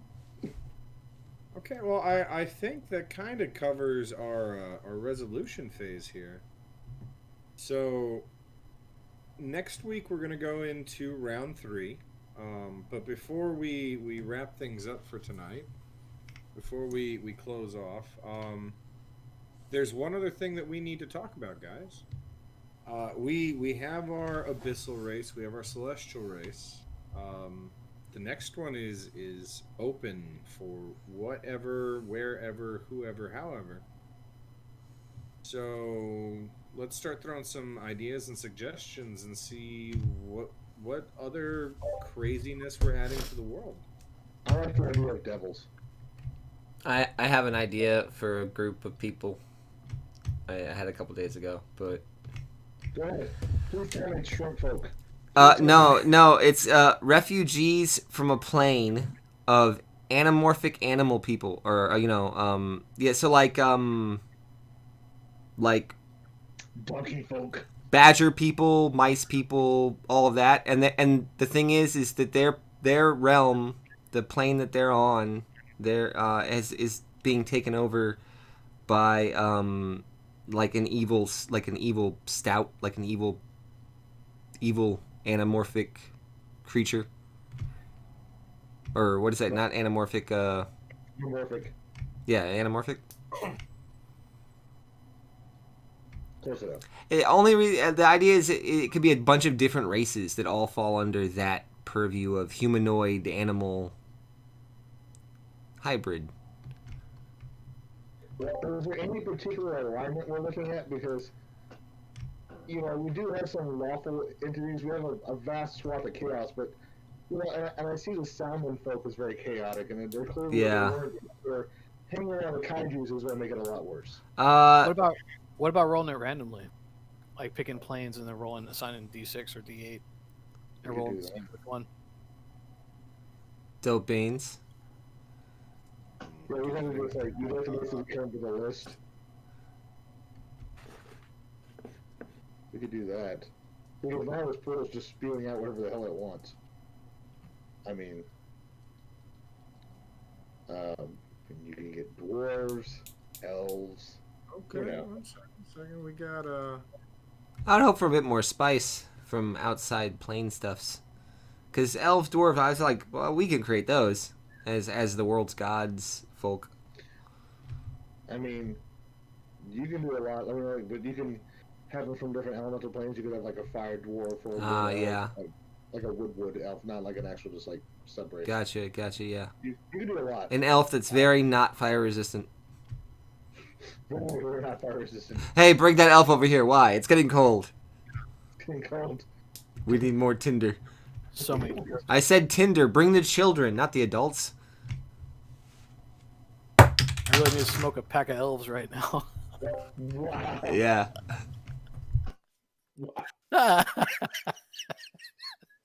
Sorry. I apologize. Holy crap. Holy shit, dude. They see a fat elf and they're like, oh, there's a hefty log. Oh, dude. Can you imagine them burning like a wooden elf on a stake on the dead bodies of its kinfolk? No, yeah, Yeah. you put the wood stake down, it's a wood elf, and you attach an actual humanoid to the wood elf stake. Twofer. No, I was just thinking like, so You throw a bunch of twigs at its base, it's like, no, my baby! No! yeah, No! so Dear Lord! the, Please stop! whenever the fire like spouts up a little bit, you're like, oh, I love it when they scream. Just that extra bit of warmth. Now I want to do wood elves. Oh, it's so terrible. Call them kindling elves, dude. Kindling Kindling elves. elves. Look, you should expect it if you're gonna call yourself that. Or woad elves. Okay. Dude, what about wormwood elves? That'd be fucking dope. People harvest their blood for. Yeah, they sparkled their blood for hallucinogenic purposes. Did you find like a random like plane wheel? I'm not finding a random plane wheel, man. Let's pick a plane and then let's just figure out something like that. So, jeez. Is there any particular plane you are thinking of that we want to look at? You know, a cold plane, a hot plane, an earth plane. Prime material spelljammers. I don't think we can do that. Well, they don't have. I mean, they're prime material ship using people who travel through the prime materials. Thanks to IPA.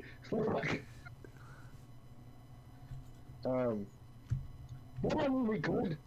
I mean, honestly, I'd like to see like a race of aberrations come through. I mean, I found a list here. There's a bunch here for the outer plane. We've already used the abyss though. Yeah. I'm just saying, I'd like to see some kind of aberrations coming in.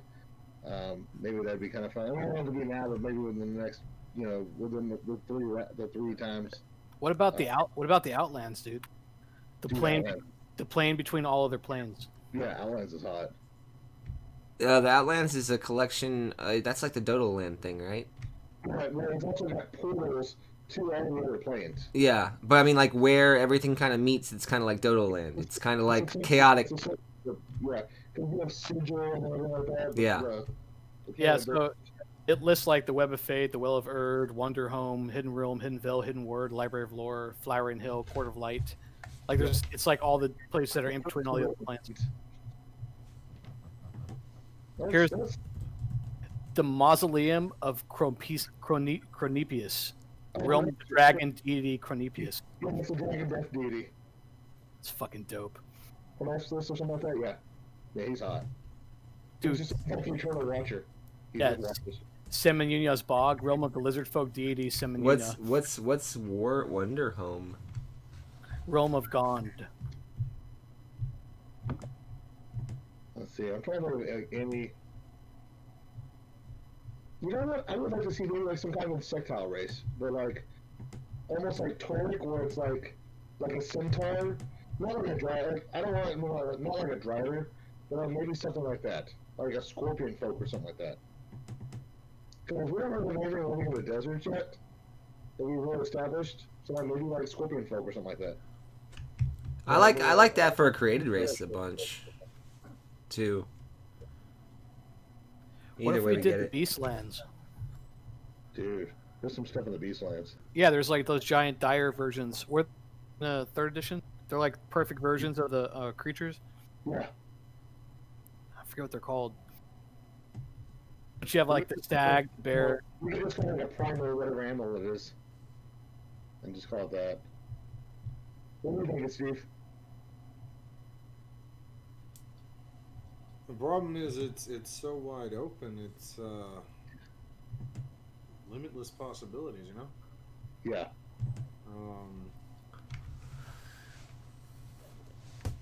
I like the idea of some sort of an aberration. I really like the idea of putting an aberrant race out here. Yeah. What what aberrant races are there? I mean, I thought that like as far as aberrations go, like aren't kaiju's right up that list anyway, and things like that. Yeah. Kaiju's are. Not saying I'm not using that as a way of saying like they should. I'm not dismissing aberration. I'm trying to figure out what other things exist in aberration. Beholders, Illithids, Star Spawn, Yeah. Displacer Beasts. Okay, so a race of people enter from a realm that is just pop culture references from all other. No. Hey, yeah, I don't want to do it. What about something from a fair plane? How about something from a fair plane show? Like something truly alien. Like there's those ones where like they're made out of like twisted knots. They're knot together and they can actually like they're like body snatchers. That would be hot too. What? It'd have to be our own version of it. Yeah. Like a prison plane. Yeah. Where's the prison plane at? I know where one is, and I can't think of which one it is. That's usually the one that has the orcs on it too. That's like where they fight all the time. It's one of the You know what? Actually, how about because we don't have a undead race yet? Dude. How about we open hard and we bring like the undead. I'm good with that. Like quirks are when we sentient undead coming in, but they're gonna have like the skeletons and the zombies with them too. Like they're bringing that they can make them. Where was that other idea? I still can't see it. And then when roll 20 on the thing. Oh, It was a Gotcha. vampire playing thing of Dungeons and Dragons. so is this undead people? Are they going to show up near where the oozes are, and all the death around that, or on the bottom left we have that big crystal I'm thinking this full of big death? desert Okay, that down here. down bottom left, right? Yeah, where the Bottom- macaw. bottom right. Oh, right. Oh, Yeah. bottom right. Yeah. So me and Joey wrote that right over here. Southeast of the. Yeah, I'm there. I'm there. Yeah, so like a necropolis, so the intelligent undead, a mixture of undead creatures. Yeah. Just show up with their unintelligent undead fucking Birds. attendants. Yeah. What are they? What's their motivation? Just so I know what to think. Damien, I can't hear you. Or Corinth, I can't hear you. Sorry, it's to create and dominate. That's what they're going to do. Like their goal is clearly to take over the entire plane. Taking over the plane. Okay. That's what. Not necessarily take over the plane. Create another like necropolis world. Like maybe they actually come from a full-on necropolis world. Yeah. Maybe they're just So- overpopulated, so that's why they've moved out. Honestly. I don't even think it's overpopulated. The world that they're from is completely dead. Like they're looking to spread death throughout the entire planar wheel. Yeah. So. It's not just about simply dominating. It's bringing death to everything, including the environment and everything else. They want to wipe the shit out of stuff. Like they want to remove any aspect of positive energy. Yeah, so they'll be like plague masters and shit like that too. They're just as prone to come in and slaughter everyone by the sword as they are to send loaves of like plague infested bread and smallpox blankets. These are unintelligent? No, it's a necropolis that's led by intelligent undead. Oh. You want to put that right out here? Okay. Gotcha. Nope. Okay. I'm gonna mark that real quick.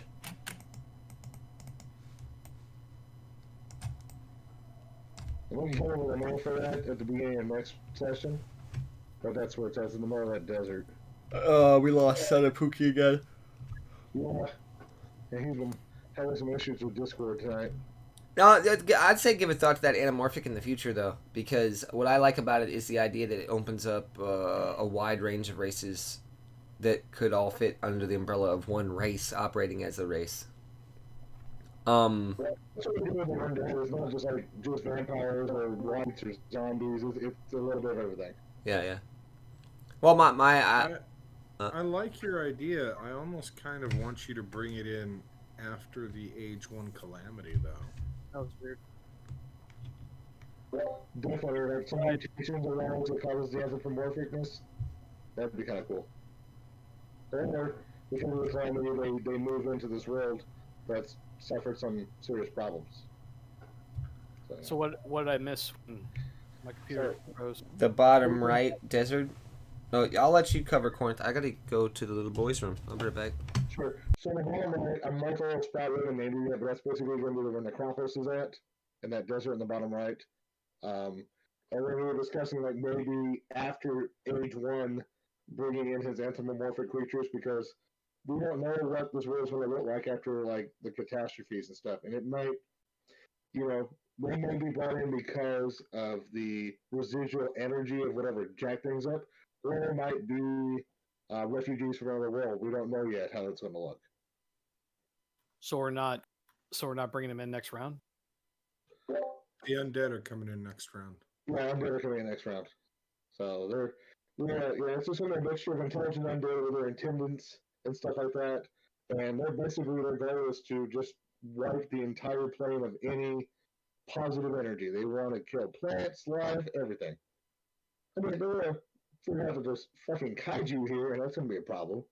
But, maybe we'll have a GOT moment where, like, we have a giant undead kaiju. You never know. So, we'll have to see. The undead giant land kraken. What if it's a portal from like Hades or another plane like that where there's like just undead souls spilling out? No? Possibly. That's not a bad. It's some kind of terror, right? So it's something we don't have like an aquatic filter area, but we're not exactly sure where that is yet. But it's going to be something very. Yeah, it could be souls that have just basically infected. Because, like I said, there's things in this desert. We just haven't said it's this actual civilization, but this area could bleed over, and these like souls could just start basically like forcing their way into bodies and rotting them from the inside out. I mean, there's a lot of ways you could play with that. So it could be an invasion of souls. It could just be undead in general. It's a lot of things you could do with that. Yeah. So definitely, I think something to brainstorm next week. I'm going to try and knock out 2 rounds of Age. Well, It looks like the pace now, but I'm wondering by the later ages when there's so much more activity, like the avatar list is. Run around a live stream, honestly. What? We're going to do like 1 round a live stream. Yeah, eventually it'll get to that point because we'll have like a list of 14 avatars or 36 city actions or some. But it'll be okay because it'll be developing, and honestly, any single thing we break into, it's gonna be dope. So why not? I mean, the Salmon went from being like the joke of the world to being like the top contenders for oh shit, stay away from them. Like seriously. Well, we still have Age 1 Catastrophe. We And do, something but has to stop the tidal waves. We do, but I'll tell you right now, like unless it's something pretty nasty, they may ride out pretty much fucking unscathed for a while. We'll just see Yeah, what- but at the same time, if it's something like all the water in the world boils, yeah, or the water levels drop. then we got or some something cooked like fish. that. Suddenly, other races look at each other and they pull out their butter and they're like, it's time to feast. All right, guys. I just want to know what next tasty roast John's gonna bring in. I'm excited. Like, he's gonna talk about I tried that duck people. You could have Howard the Duck rolling around. bunnies or like young bunny people or like Rabbits. content bastards. Imagine like when the PCs roll up to that like set of orcs that's like cooking rabbit leg, but then when you walk up you realize the rabbit leg's 2.5 feet long, so it was a rabbit person.